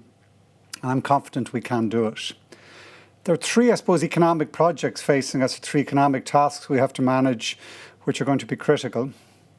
One, Minister Donoghue was on earlier. We're very fortunate that our Minister of Finance happens to be the President of the Eurogroup at the moment, has a seat at the table with the G7 and other locations where the issues of changing corporate tax systems around the world are going to be to the forefront in the next year, in this year and in the coming years. And we will manage that. We'll be able to manage that in a balanced way. Where we, in my mind, where we maintain our revenue, maintain our requirement and ability to be flexible and innovative as an island out in the Northwest Atlantic, and be part of international cooperation. Stand up for justice, for tax justice as well as other forms of social justice. And I believe we can and will get that balancing correct. It's also important work. We're just starting the development of the new Tax Commission, Tax and Social Welfare Commission. And that's critical work. I was involved myself previously in a tax commission earlier in our last time in government, and I saw the benefit that can arise from asking a team of really good thinkers in this space to go away and consider some of the big strategic issues on how we raise revenue, how we provide social protection, and to come back to government with that sort of strategic analysis that can really shape and frame where we go in the more medium term, 5, 10, 15, 20 years' time. I think that project is hugely significant. And thirdly, and more immediately, the review of the National Development Plan. We need to do that for a variety of reasons. We need to do it to reassess our climate performance and how we're going to decarbonise our society. We need to naturally update it. It's an evolving process. And we need it because we've seen cost overruns in certain projects, and we have to see how can we spend our money really wisely. Part of a balanced budget is get the most from the revenue we do have. And I think the publication of the revised National Development Plan this summer, early autumn, is going to be a key moment in terms of the economic future for our country. The government will be focusing within that, and a lot of its work on three areas in particular. It's looking at we have to look at every area critically, but I think we've been upfront in saying, well, first and foremost, we have to address housing as a priority. It is a real challenge to our younger people. I think in looking after our home, looking after our economics, we have to, more than anything else, start to think and prioritise the next generation. I've been using it in regard to the climate crisis, but you could apply it to any other, the wider context. We've, in the last 2 years, shown real attention to doing everything to protect our older people. I think coming out of the COVID crisis, we now do everything to set up our young people to a secure, safe, strong community where they can thrive, where they can have a secure future in employment, in raising their families, in loving and living in a way that allows them to fulfill their life and what is ahead of them. And to do that, they need a home, a secure home. And I think a sign of that will be the fact that the Housing for All strategy will come in advance of the NDP review, will be given the same sort of attention we're now applying to climate. We've legislation in climate that allows us to do it, but the same attention we've applied in tackling Brexit and tackling COVID, our entire public service. And I hope, and I absolutely believe, our social partners model to say, yeah, this is the challenge that we do now to address, all in our own different way. In that again, and there's various commissions, but commissions can be very useful.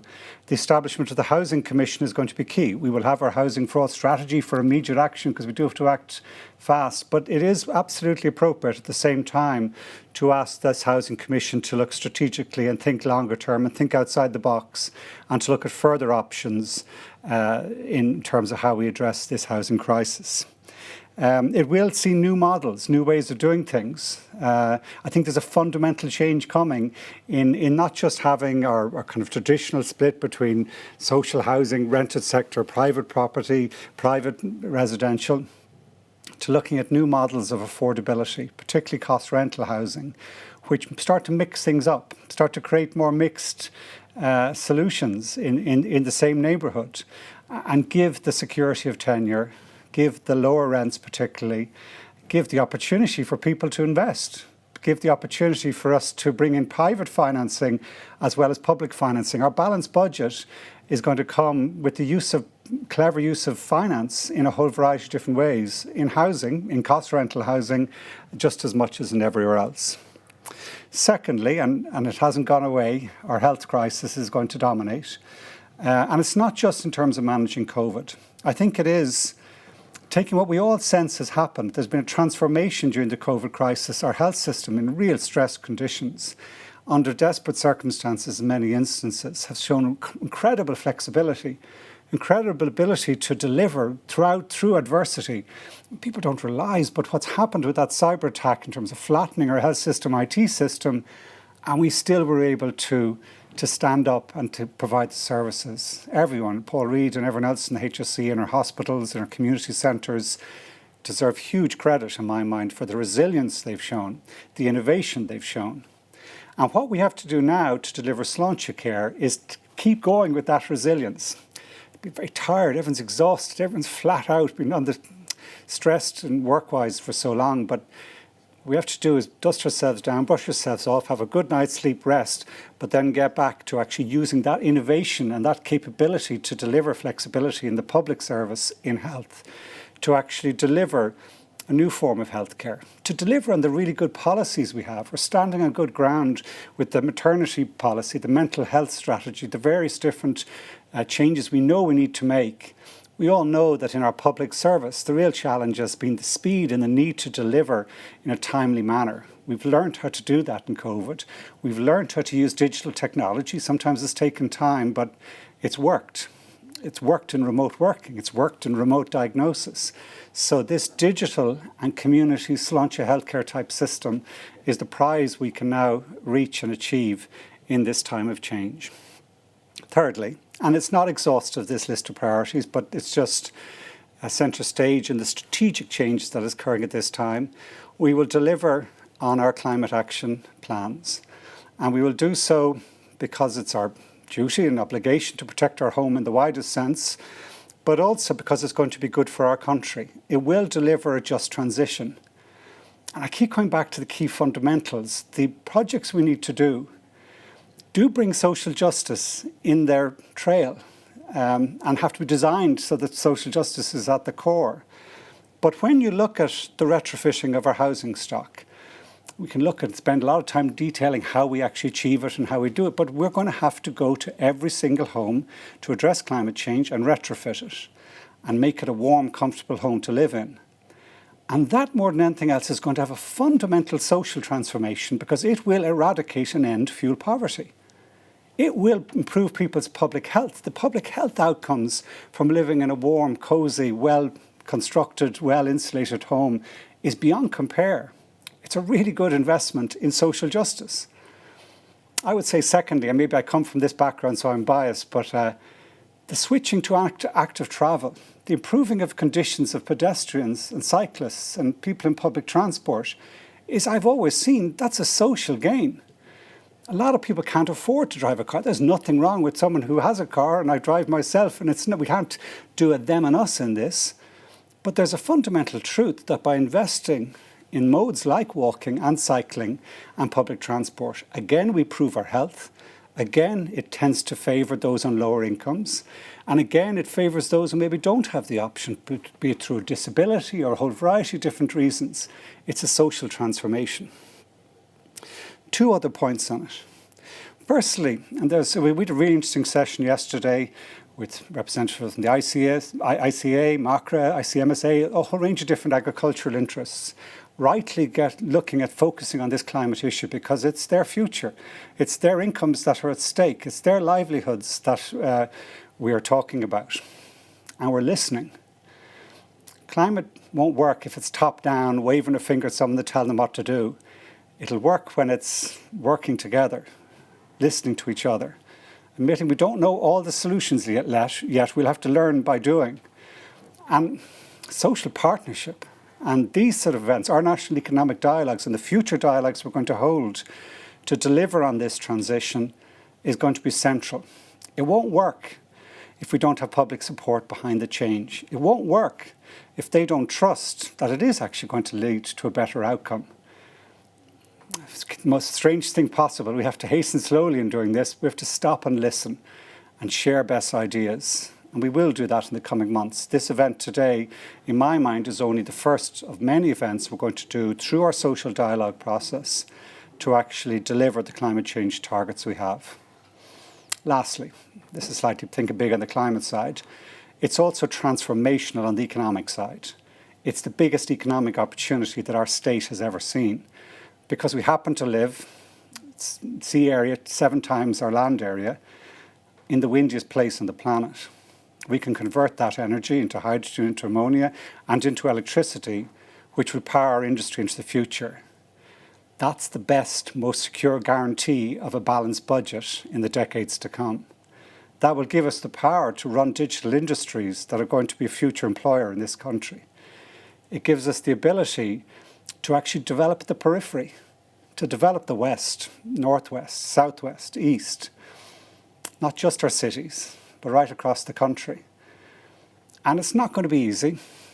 Public support and getting the planning right, getting the investment conditions right is going to be really challenging. But I don't see anything that should stop us. And in transitions in the past, the one we did in the late 50s, early 60s, from being a closed economy to an open economy, the one we did getting out of the economic crisis of the late 80s, and I would argue that the financial crash of the 2000s, late 2009-10, in all 3 occasions, in my living memory just about, we've done it well when we worked together, when we listened to each other and came together and actually realised it is employers and unions and social pillar and environmental pillar working together. That's why I believe in this economic dialogue process, in our social partnership process, and why I'm joined with working with all the parties in the Dáil, and particularly with our government colleagues, to make it happen. It's not Friday, it's just Tuesday, but I hope everyone has a good week, enjoys the sunshine, and stays safe.